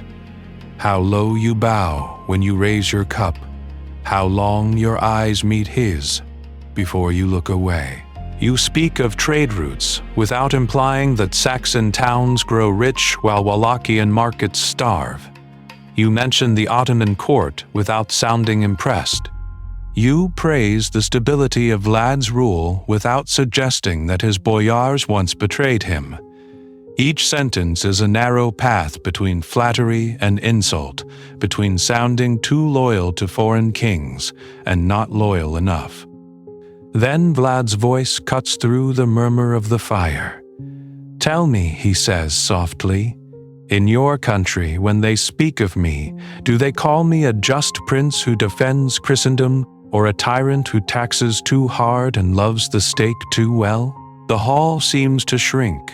Our visitor feels his heart beat once, hard, as he searches for an answer that might let him leave this castle alive, and discovers with a chill that every possible truth sounds dangerous. He opens his mouth to speak. "They call you," the visitor manages, "a hard but necessary prince." The words fall into the candlelight like a coin into deep water. At the high table, Vlad's face barely moves. A slow nod, a thin curve at the mouth that might be approval, or only the shadow of it. But down the hall where the rushes are worn and the light grows thin, other faces tighten, then smooth themselves back into practiced blankness. Imagine yourself standing there instead, not as envoy, but as servant. A boy with a wine jug, a woman with a trencher of roasted meat, a gray-haired steward hovering by the door. They move with quiet precision, refilling cups, replacing dishes, collecting bones. Feet soft on stone, eyes lowered, yet every ear is tuned, every breath held a little shallower whenever the prince speaks. This is how power sounds from below. A chair scraped back too quickly, a laugh that comes half a heartbeat late, a question about taxes or the Ottomans that makes the visitor's voice crack. The great chronicles will remember treaties and campaigns. The walls remember the silences. Tonight we travel along those walls, past the carved pillars, past the smoky torches, into the small spaces where servants wait just out of sight. A guard at the door shifts his weight, feeling the ache in his shoulders from armor worn since dusk. Two kitchen boys whisper over a tray, arguing in low voices about whether the foreigner will leave by the gate or by the courtyard stake. They joke, a little too loudly, then fall mute as a captain passes. These are the people who carry stories further than any royal decree. In the morning, one will be sent down to the market with a sack of grain to be milled. Another will escort a wine cart toward a Saxon town. A third will slip away on a rare free evening to a tavern where the air is thick with smoke and rumor. Names matter, and so does the way a name is spoken after 2 cups of sour red. Imagine that servant, months from now, imitating tonight's dinner for a rapt audience. His hand trembles theatrically as he plays the visitor. His back straightens, eyes going cold, as he becomes the prince. He will swear that Vlad laughed when the envoy faltered, or that his gaze alone froze the man in place. Perhaps he adds a detail: candles guttering when Vlad frowned, a draft that felt like fingers on the neck. Safe enough at least to listen. The drinkers lean closer. Someone repeats the tale the next village over, sharpening a phrase here, darkening a gesture there. By the time it reaches distant lands, Vlad no longer merely nods. He reads hearts, sees lies in the dark, decides life or death with a glance that pierces like a stake. This is how legend thickens, not only through German pamphlets and learned chronicles, but through gossip traded over bread and wine by those who lived in his shadow. A prince who dines among impaled bodies becomes, in these retellings, something more than human, almost a creature the grave itself refuses to hold. And as the night deepens over the castle, the servants slip back to their pallets, carrying with them the raw material from which centuries of Dracula stories will quietly be made. And as those servants fade into the dark like smoke, the castle itself seems to inhale and hold its breath. The noise of dinner, of clattering trenchers and low voices dies at once, as if someone has drawn a blade across the evening. What remains is the machinery of vigilance. Imagine yourself standing in the great hall as the last candles are snuffed. From the outer yard you hear it begin, the creak of the main gate, the thud of a bar sliding into place, the murmur of men repeating a word you cannot quite catch. Short commands, the scrape of steel. At each gate, at each stairway, a pair of soldiers settles in like carved figures, spears grounded, eyes never quite leaving you. This is not theatrical, it is habit. Vlad's castles, whether at Targovishte or Poenari, high above the Arges, were not romantic ruins but working fortresses pressed between Ottoman and Hungarian power. Night in such lands is not for wandering. Each watchpost has its password, changed often, whispered from captain to sergeant to man-at-arms. A wrong word at the wrong door, and the answer is not a polite correction. It is a blade in the dark. The prince has made sure of that. Names matter, and the man called Dracula has built his rule on the certainty that everyone is watched, and everyone is accountable. Spies caught carrying letters to Ottoman envoys, deserters slipping toward the forests, villagers who break curfew to meet unknown riders at the edge of the road. His chronicles and his enemies' pamphlets agree on this much: their punishments are swift and exemplary.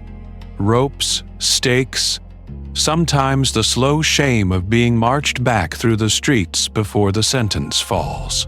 Tonight we travel with a quieter figure, our forgotten visitor, perhaps a minor envoy from a Saxon town, perhaps a monk with letters from Buddha, being shown to a narrow chamber along an inner corridor.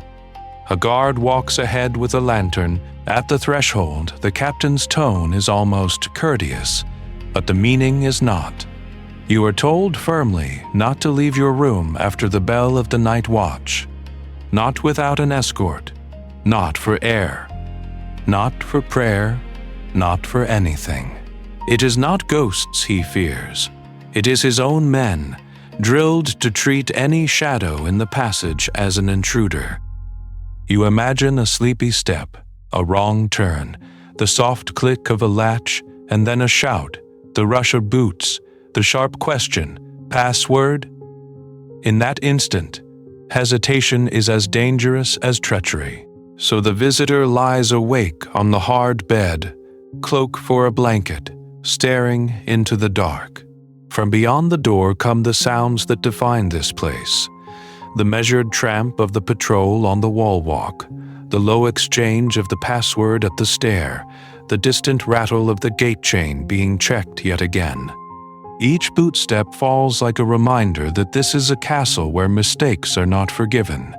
And as the hours stretch, another sound begins to steal through the stone, one that suggests the night outside these walls is far from quiet at all. The sound that steals through the stone is not a scream, not a clash of steel, but something stranger, a low murmur, like wind in bare branches, rising and falling beyond the walls. You pause, listening, and in that pause the quiet night of this castle peels back, and another night, another landscape, forces its way into the story. Imagine yourself no longer in the courtyard, but on a road near Targovista, in the summer of 1462, as Sultan Mehmed II leads his Ottoman host into Wallachia.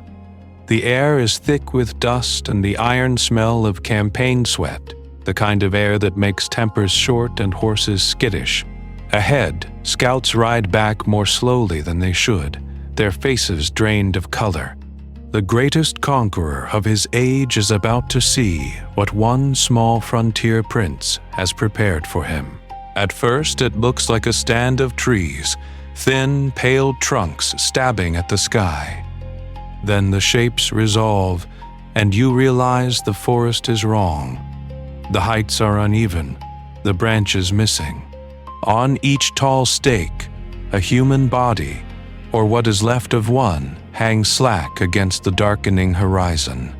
Row after row, file after file, prisoners of war, captured raiders, suspected traitors, common criminals.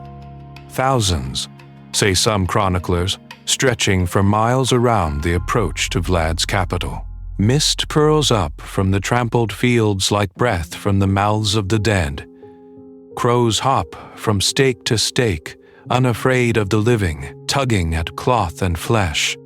The smell is so dense it is almost a taste, clinging to the back of the throat. German pamphlets would later draw this place as a literal forest of the impaled, and Slavic scribes would repeat the tale. Mehmed's army halted, the Sultan himself unsettled by the sight. Whether there were 20,000 bodies or far fewer, the image seared itself into European memory. Names matter, and by then Dracula had already begun to mean something more than simply son of the dragon. It meant the prince who turned execution into architecture, who used impalement not only to kill but to compose a message in flesh and timber. This was terror, as theater arranged so that every Ottoman soldier, every wavering boyar, Every peasant thinking of desertion would read the same text. Enter Wallachia, betray this ruler, and you will become part of the scenery.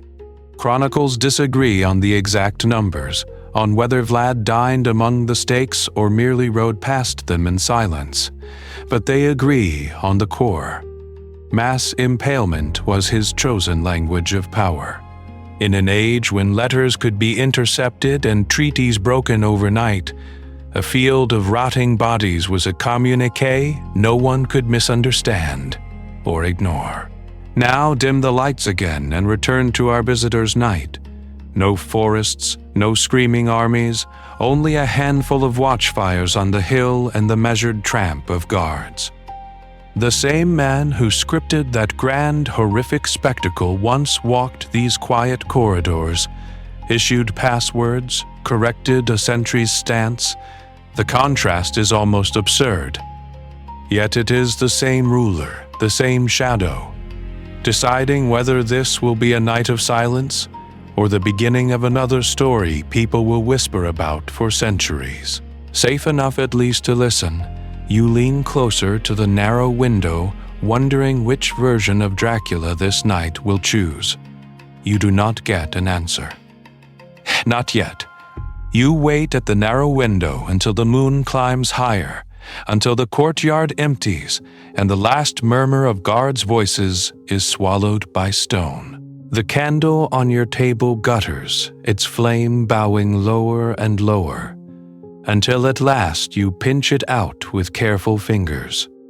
Darkness rushes in, broken only by that thin blade of moonlight cutting across the floor, turning the bed, the chest, the iron latch into pale islands in a black sea.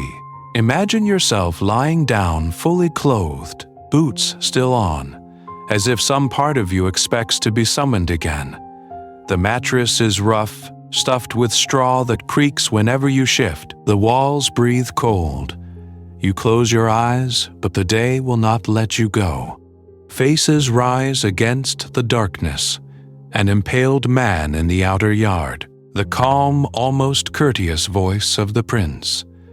The knowledge that in these lands, a quiet night has never meant a harmless one. Sleep comes in shreds rather than in one merciful curtain. You drift surface, drift again. In that in-between country, stories you have heard about Vlad begin to leak into what you have just seen, until you cannot say where memory ends and nightmare begins. The rows of impaled bodies outside your window stir. One by one, their heads turn toward you, eyes opening like dark seeds splitting in the sun. No one screams, they only watch. And then the watcher changes. The face on the nearest stake is Vlad's, bearded, sharp, almost regal. As the moonlight shifts, the beard thins, the nose straightens, the eyes grow heavier, more lined. The prince's features slide almost lazily into those of another ruler you have only glimpsed in woodcuts. Sultan Mehmed, the Ottoman shadow pressing against this frontier. The turban blooms around Dracula's head like a white flower, then shrivels back into a Wallachian cap. Friend, foe, dragon, infidel. Names matter, but in the dream they share one set of eyes, and they are all looking at you. Tonight we travel further. The scene tears sideways, and you are suddenly in a smoky village room you have never entered, watching a woman at her loom. Her fingers blur over the thread, but in the dream you know it is not fast enough. Vlad appears in the doorway, not as a monster, simply as a tired ruler with no patience left. There is a murmur of accusation, a judgment you cannot quite hear, and then a flash of punishment so swift the mind flinches away, filling the silence with every lurid tale ever told about him. Another shift. Now you are stumbling uphill in a crowd of nobles, boots sliding on broken rock. The fortress of Poenari hangs above like a jagged tooth. Old men gasp, Young men curse under their breath, but the march does not stop. In some chronicles, Vlad drives them day and night to rebuild his eyrie above the Arges, turning privilege into hard labor and suspicion into stone walls. In your dream, you feel your own lungs burning as if you will never reach the top, as if the climb itself is the sentence. These scenes do not belong to this night. They are not literally unfolding in the corridors beyond your door. Yet they are part of the mental landscape anyone in Vlad's orbit must carry. A private forest of images planted by rumor, by pamphlet, by the careful boasting of men who serve a frightening master. History in this castle is not something you read. It is something you breathe and then exhale again as fear. Now dim the lights in your mind's eye and listen to the way the dream tightens. The impaled turn their heads. The woman drops her spindle. The nobles on the mountain road all look back at you at once, as if waiting to see whether you will join them. You try to speak, to explain that you are only passing through this story, but your voice will not rise. A sound snaps you back, a door slamming somewhere along the corridor, or a muffled cry, or perhaps only the wind knifing through a loose shutter. You jolt upright, heart hammering, the room around you reassembling itself in fragments of moonlit stone. For a long moment you simply sit there, listening to the castle breathe, wondering whether the night outside your door has changed while you slept, or whether it has merely shown you what was always waiting in its shadow. You stay very still, listening. The stone, the wind, your own breath. In that hush, another sound intrudes, not from Vlad's castle, but from a German print shop hundreds of miles away, where a different kind of blade is carving his name into history. Now, dim the lights in your mind and imagine yourself leaning over a crude woodcut from the late 15th century. A wild-eyed prince feasts at a table, calmly dining while a forest of impaled bodies writhes around him. The caption, in harsh Gothic script, screams something like, "The frightening and truly horrible deeds of the wild Lord Dracula of Wallachia." Names matter, and here Dracula is already being sharpened into a weapon. These were the Saxon pamphlets, thin, cheap booklets, printed in cities like Nuremberg and Bamberg, often with lurid titles and even more lurid illustrations. One tells how the Wallachian prince boils people alive. Another shows him having noses and ears hacked off, or having guests nailed to their hats for failing to remove them. The stories are short, breathless, and very sure of themselves. They read less like careful chronicles and more like the 15th century equivalent of a horror bestseller displayed in a busy market square. Behind the horror, though, is money. Saxon merchants in Transylvania had long enjoyed trading privileges, low taxes, local autonomy, the comfortable sense that they, not some distant prince, controlled the roads and the gold. Vlad threatened that. He imposed harsh customs duties, punished those who dodged his authority, and, according to several sources, seized and impaled Saxon traders who backed his rivals. It is not hard to imagine why, when he fell from power, their presses went to work. Tonight we travel, just for a moment, away from the castle corridors and into those German-speaking lands where these pamphlets spread from town to town. They were read aloud in taverns, passed from hand to hand by students and artisans, collected by nobles who enjoyed a shiver of distant terror. A regional frontier prince, one more battered ruler between Hungary and the Ottoman Empire, suddenly became a notorious figure across Central Europe. In an age before newspapers, Vlad was turning into one of Europe's first mass-produced monsters. Not every tale can be dismissed as fantasy. Multiple independent sources, even some that are not Saxon, agree that Vlad used impalement on a staggering scale, that he staged punishments as theater, that he ruled through fear. Yet the more elaborate episodes, the great cauldrons, the intricate tortures catalogued like a grisly menu, may be exaggerations or inventions designed to sell one more sheet of paper. Our own quiet night in his castle has to live between those lines. We take what is supported, what appears in more than one hostile story, or in reluctant praise from other chroniclers, and we leave the rest in the shadows, where it probably belongs. Safe enough at least to listen, you should remember that almost every window we have into Vlad's world was cut by his enemies.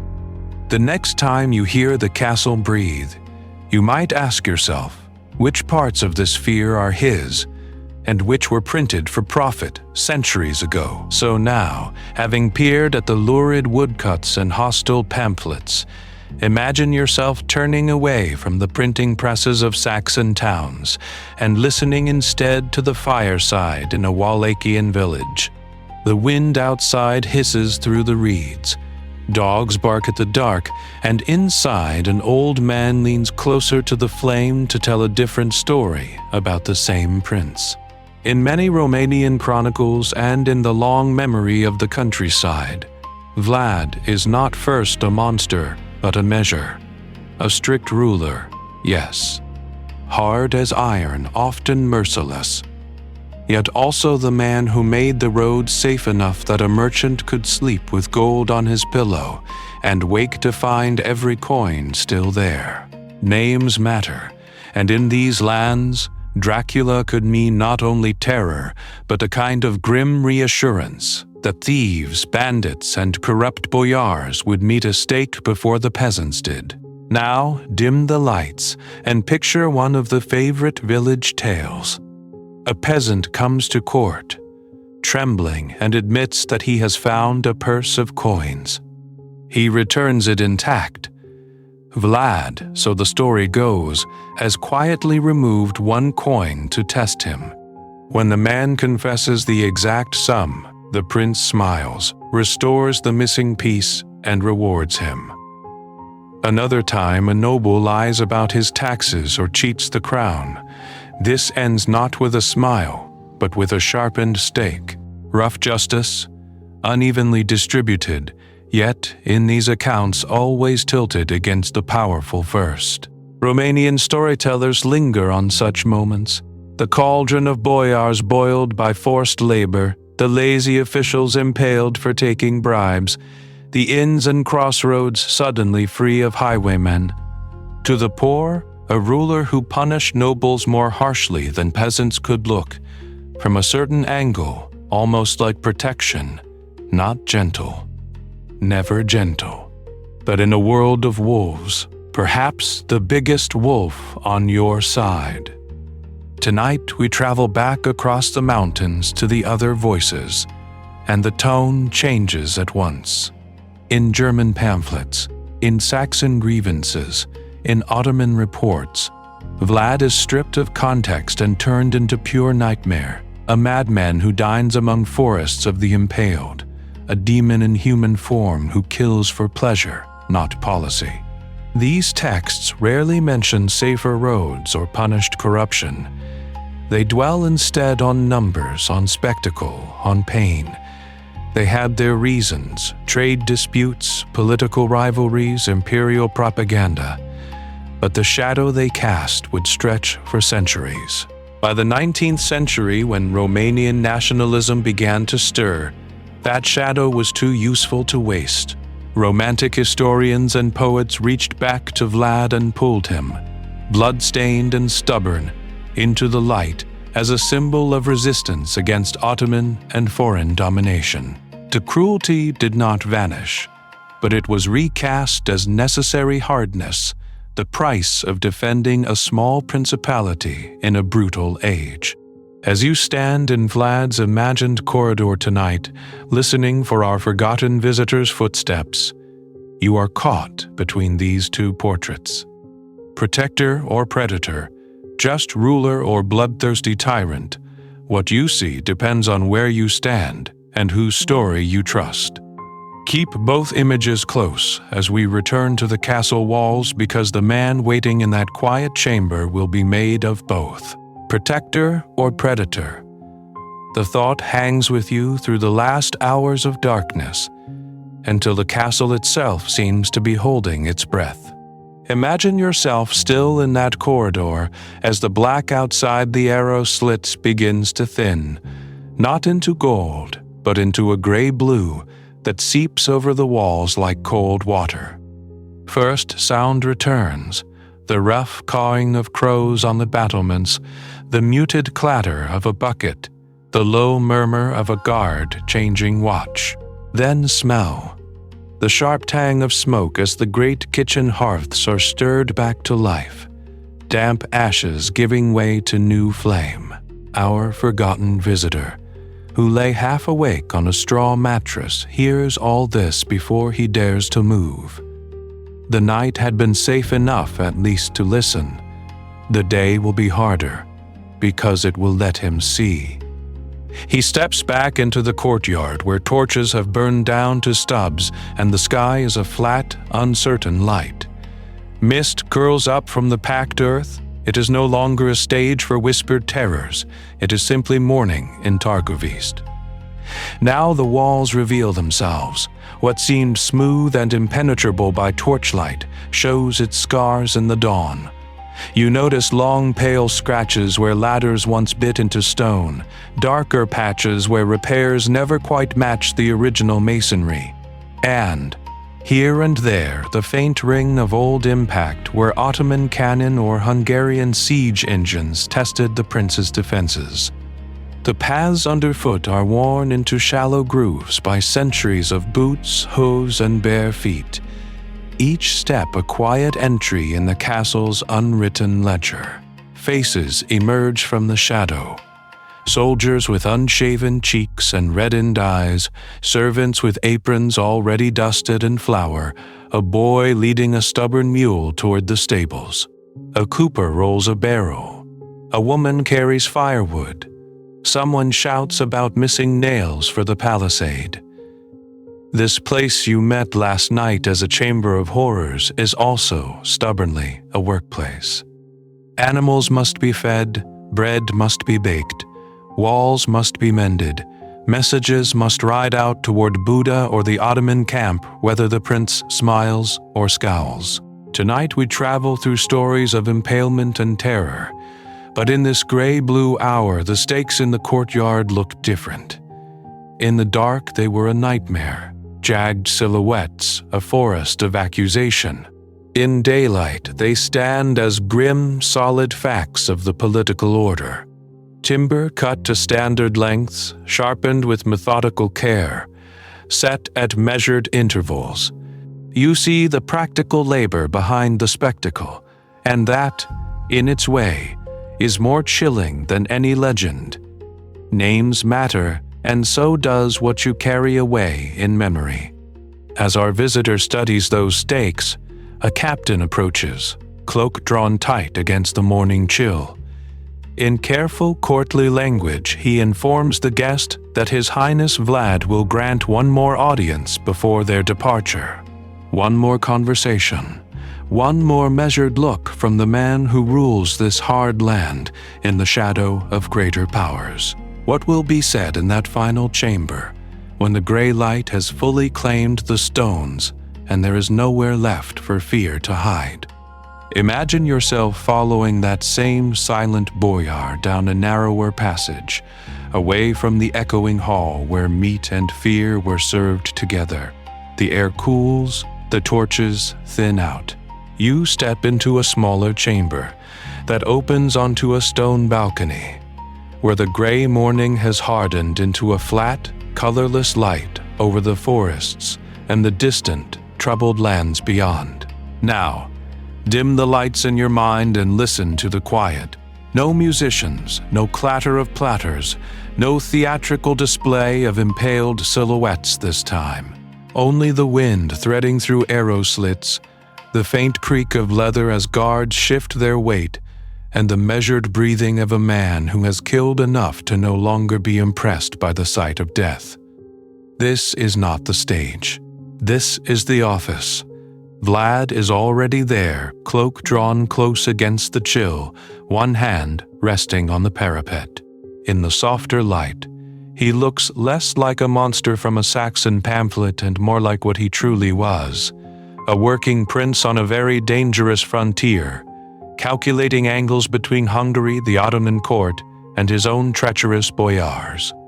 Names matter, and the name Dracula here means not fangs in the dark, but a ruler who must bargain as hard as he bleeds.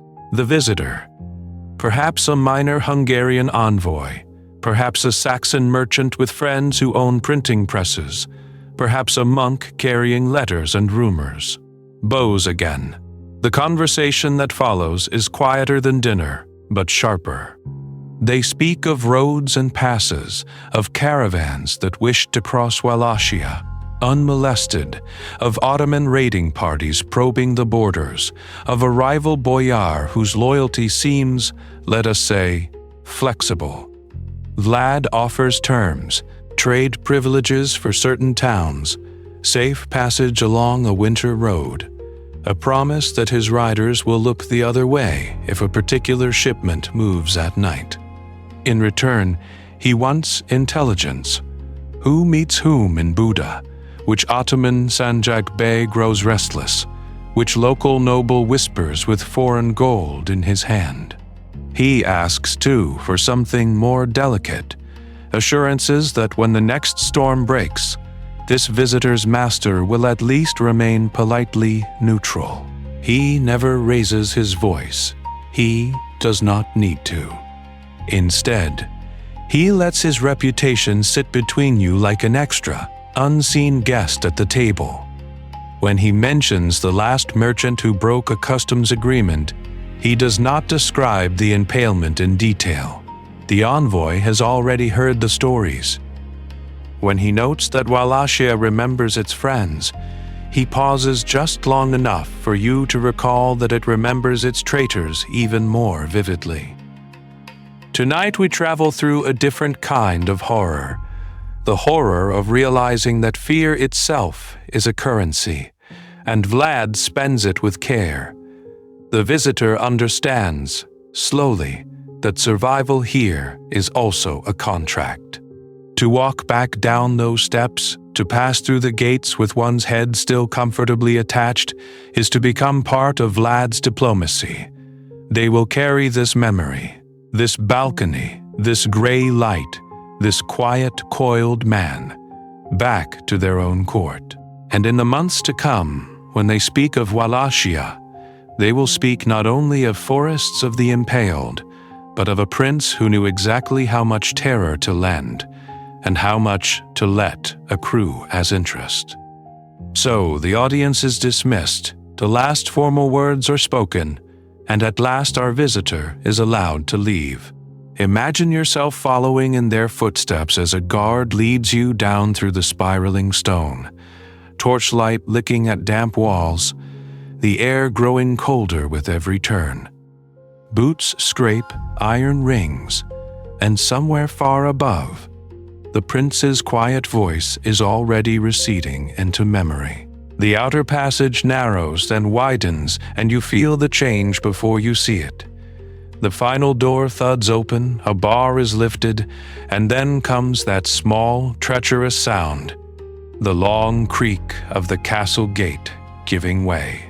Beyond it, the night is enormous. After the enclosed stairways and low-beamed halls, the sky seems impossibly wide, a black bowl pricked with hard, distant stars. You step out and take your first deep breath of air that does not smell of stone, wax, and fear. Relief comes first. It rushes in like the cold wind off the Carpathian slopes, sharp and almost painful. You are alive. Your head is still where it belongs. But the relief is braided with something else, a lingering dread that clings like the smoke from those unseen fires in the valleys, and, if you are honest, a grudging respect. Vlad's presence, his control over this precarious strip of land between Hungary and the Ottoman Empire, has a weight you can feel in your bones. Names matter, and you understand more clearly why this one has begun to travel. By the time the horses are found, saddles checked, and the escort assigned, the story has already started to form. It will not be one story, of course, but several. In your ledger, the visit may shrink to a single line. On this date, audience held with the voivode of Wallachia. Terms discussed. In a sealed letter to a superior, the tone will shift. More detail on the forest of stakes glimpsed from the road, more emphasis on the prince's iron discipline, on the danger of offending him. And then there is the version for safer company. At a Saxon inn in Brasov, over ale and the comfortable murmur of other travelers, the quiet night will lengthen and darken. The hall will grow colder in the telling. Vlad's eyes, merely watchful in reality, will become almost black, reflecting the torchlight like a predator's. The number of stakes on the hillside will creep upward with every retelling. From dozens to hundreds, from hundreds to a forest no man could see and count. Here, pattern interrupts memory. A joke slips in about how firmly your own collar suddenly itched under his gaze. Dod. Someone at the next table leans closer. Another man adds a rumor he heard from a cousin about the prince dining among the impaled. Fact, fear, and a little ale-fueled embroidery blend until even you are not entirely sure which details you truly witnessed. Now dim the lights in your imagination and pull back from that single table, that single road. Multiply this one almost uneventful visit by dozens, then by hundreds, scattered across years and lands. A monk passing through Targoviste leaves a cryptic line in a chronicle. An Ottoman courier mutters of impossible punishments at a frontier post. A Hungarian captain exaggerates a night march through Wallachia to impress his patron. Each account is small, partial, and half forgotten, yet together they begin to stack like rough-hewn timbers. Pamphleteers will later seize on the darkest fragments. Storytellers by winter fires will smooth away the politics and keep the horror. Centuries on, when a novelist goes hunting in old histories for a name with shadow and power, he will find Dracula waiting, already swollen with these layered rumors. And all the while, nights like this, one, quiet, tense, survivable, sink into the background, even as they quietly feed the legend that will outlive the man. As our rider disappears into the dark road, carrying ink, memory, and a slightly improved tale, the castle behind them closes its gate once more. Another visitor is gone. Another story has escaped.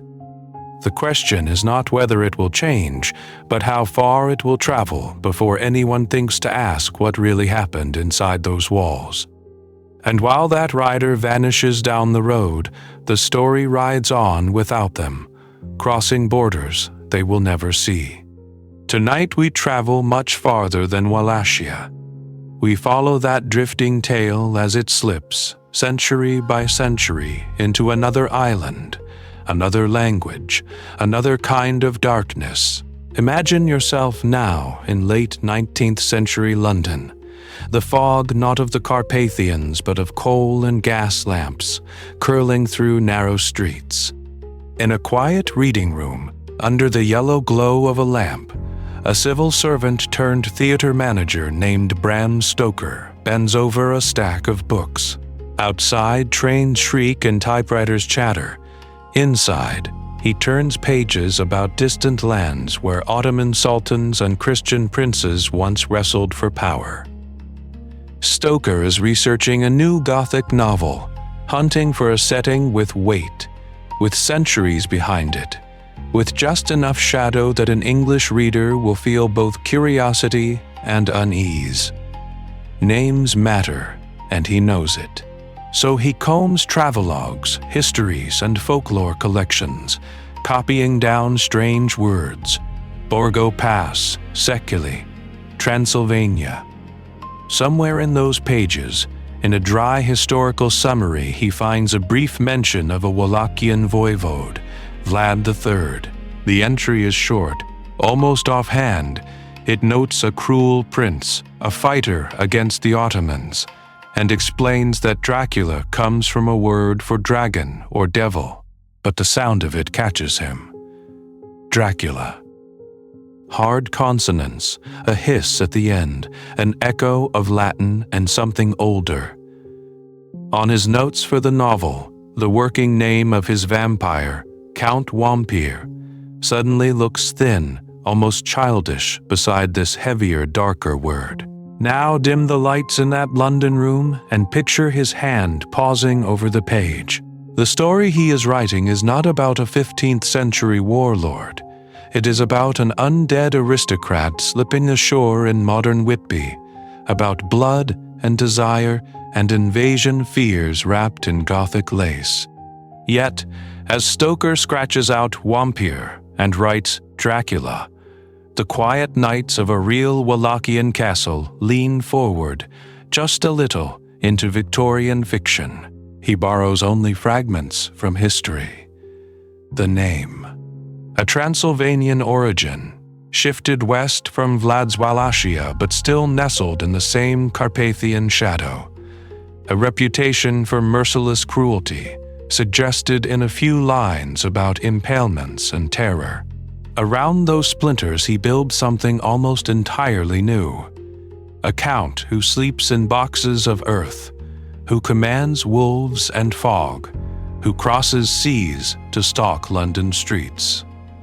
Safe enough at least to listen, you can feel how thin the bridge is and yet how strong. On one side, a prince fighting Ottomans and traitorous boyars. On the other, a supernatural predator haunting English drawing rooms. Between them, a single word, Dracula, carries the weight of both dragon and devil. And so the real castle's quiet, its guarded gates and watchful courtyards, becomes fertile soil for a different kind of night. The fictional one where a door opens to let in not an envoy or monk, but a monster. In our next step, we will follow that monster onto the page and watch how Stoker's ink fixed him there forever. Now, dim the lights for a moment and imagine yourself not in a Transylvanian fortress, but in a London drawing room, gas lamps hissing softly, a copy of Bram Stoker's new novel resting on your lap. Outside, the city hums with trains and telegraphs, with empire and industry. Yet the story that grips you most is about an ancient prince from dark eastern lands crossing the sea to knock politely at your very English door. Victorian Britain was powerful, but it was not calm. Under the polished surface lay fears of invasion from the east, of strange armies and stranger ideas seeping in through ports and railways. In Stoker's pages, Count Dracula sails from the shadow of the Carpathians to the Yorkshire coast, bringing with him boxes of earth, swarms of rats, and a whisper of Ottoman frontier terror refitted for a modern island empire. The old panic of Turkish expansion becomes a new nightmare of foreign contagion slipping past the channel. Names matter, and Dracula in Stoker's hands becomes less a specific Wallachian ruler and more a vessel into which the Victorians pour their anxieties. They feared degeneration in their own bloodlines, the collapse of traditional order, the unsettling power of female sexuality, and the spread of invisible diseases. So the fictional count is not just a warrior, he is a corrupter. He invades bedrooms rather than battlefields, feeds on blood like a living plague, and turns respectable women into something both alluring and terrifying. The wooden stake is as much about restoring social norms as it is about killing a monster. To make this work, the novel leans on a Western habit that long predated Stoker, treating Eastern Europe and the Balkans as a mysterious, backward, dangerous frontier. For centuries, travelers' tales had painted these lands as half-civilized border zones, where Ottoman and Christian power collided, where forests were deep, justice was rough, and superstition clung to every crossroads. It was, from a London armchair, the perfect Gothic stage set, far enough to be exotic, close enough to feel uncomfortably real. But in that translation from history to horror, the real Vlad's brutal world flattens. The historical prince, squeezed between Hungarian kings, Ottoman sultans, and treacherous boyars, used terror as a political tool in a lethal game of survival. Stoker's Count, by contrast, is stripped of those pressures and distilled into a kind of pure, supernatural evil. His impalements and cruelties no longer responses to frontier chaos, but expressions of a timeless, almost abstract malice. Then, through three overlapping shadows, a hard-pressed 15th-century ruler in a contested marchland, a pamphlet demon born of Saxon and Hungarian propaganda, and finally a Victorian vampire gliding through English parlors and seaside towns. If you can hold all three in your mind at once, the figure of Dracula becomes richer and stranger, and the quiet night in his castle begins to look less like a ghost story and more like a mirror. In the next step, we will return to that forgotten visitor at the real castle gates and watch how his small, frightened observations echo all three Draculas at once. So let's go back to that gate, to that shivering man who has just been allowed to live a little longer than he expected. Imagine yourself standing where he stands, the torches hissing in the damp air, the walls of Castle Dracula looming above you like a cliff of stone and suspicion. It feels quiet now, quiet enough to think, safe enough at least to listen. Beyond those walls stretches Wallachia, that thin strip of earth wedged between the Hungarian crown and the Ottoman Sultan, a borderland where maps change faster than harvests, and where the people who plow the soil are the ones who pay for every new line of ink. Raids sweep in at night, taxes double at dawn, and by sunset a different prince may claim your loyalty or your head. History here is not a gentle progression of dates, it is a series of jolts. In such lands, men like Vlad rise. A prince on paper, a warlord in practice, forever calculating which distant ruler to flatter and which to defy. To some of his subjects, he is the hard fist that finally keeps the raiders away, the man who impales thieves and corrupt boyars so that peasants can sleep. To others, especially Saxon merchants and Ottoman envoys, he is a predator in human form, a ruler whose justice tastes very much like terror. Names matter, and Dracula can mean dragon or devil depending on which side of the border you whisper it. Our forgotten visitor feels this double image in the stones themselves. The same towers that promise protection also promise no escape. The same guards who keep the night watch for Ottoman scouts would, at a word, drag him to a stake or a rope. In a border principality, the line between protector and predator is as thin and shifting as the frontier itself. When violence comes here, it rarely arrives politely. Villages burn in sudden orange flares along the valley. Forests sprout wooden stakes crowned with dark silhouettes. A feast in the great hall can turn, with a single order, into an execution ground. Such moments sear themselves into memory, but not as tidy records. They return as stories of a prince dining among the impaled, of a woman boiled for adultery, of an Ottoman envoy whose turban is nailed to his skull. Over time, these stories drift, German printers carve woodcuts that exaggerate the blood. Slavic and Romanian tellers polish certain episodes until they shine with either righteous cruelty or foreign wickedness. Centuries later, Gothic novelists and filmmakers will borrow the mood if not the minutes, turning Wallachian terror into universal nightmare. The facts blur, the feeling remains. Tonight we travel along that thread, from one quiet night in a real fortress to the velvet-curtained parlors of Victorian England and beyond. Our visitors' small, frightened observations are only one of thousands, most forgotten, most never written at all. A few, by chance or design, are woven into legend. In the next part, we will follow how those scattered threads knot together until one borderland prince becomes the immortal count who steps out of the shadows and onto the world stage. Now, dim the lights for a moment and let your eyes adjust to a different kind of darkness. We have followed rumors and pamphlets and frightened servants' tales. Now we have to ask a simple, unsettling question. How much of the count you know is really this 15th century prince, and how much is smoke drifting up from the pages of a novel? Imagine yourself holding Stoker's Dracula in one hand and a crumbling chronicle of Vlad in the other. On the fictional side, you have an immortal being, a creature who drinks blood to sustain his endless nights, who shrinks from sunlight, who melts into mist, wolf or bat at will, who glides through aristocratic parlors with a cold, magnetic charm.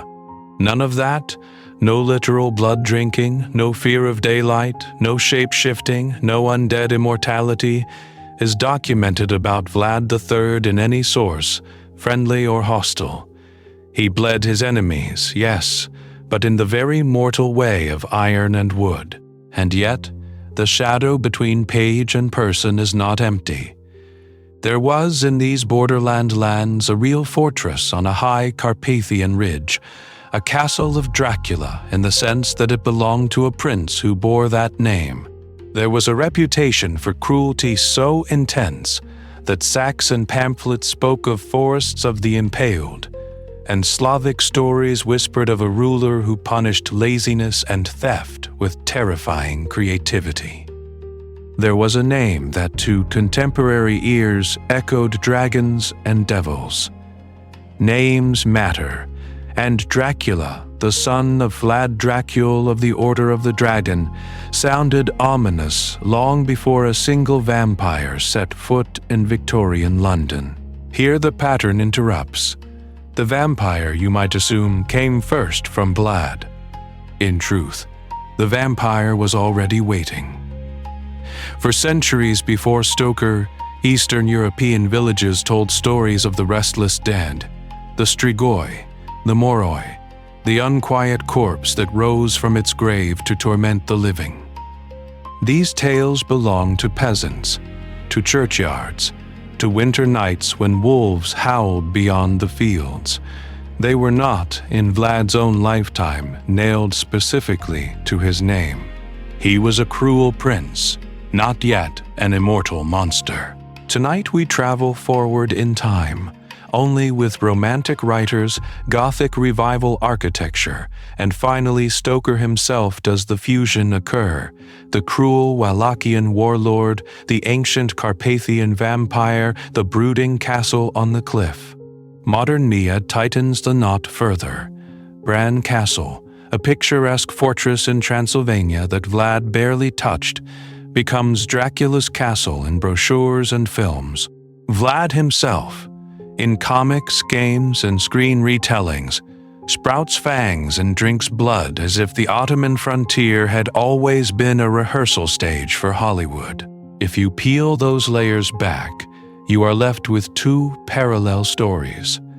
One is chilling but human, a 15th century prince shaped by hostage years at an Ottoman court, by betrayal, by the brutal arithmetic of a small state between empires. The other is the fantastical Gothic edifice built on top of him, a timeless predator stalking centuries in a cape. To appreciate Dracula fully, you have to hold both at once, the man and the myth, because in the next part of our journey, they will walk the same dark corridors together. Now, dim the lights for a moment and imagine yourself standing at the end of Vlad's second reign, the fires of his forests of the impaled cooling to ash. The terrible prince who had once terrified the Ottoman frontier is gone from his throne, dragged down not by a single heroic foe, but by the slow grinding of politics, betrayal, and exhaustion. After 1462, the story does not end, it frays. Vlad loses power and spends long, difficult years in Hungarian captivity, a troublesome pawn held by King Matthias Corvinus. Names matter, and Dracula is too useful to discard.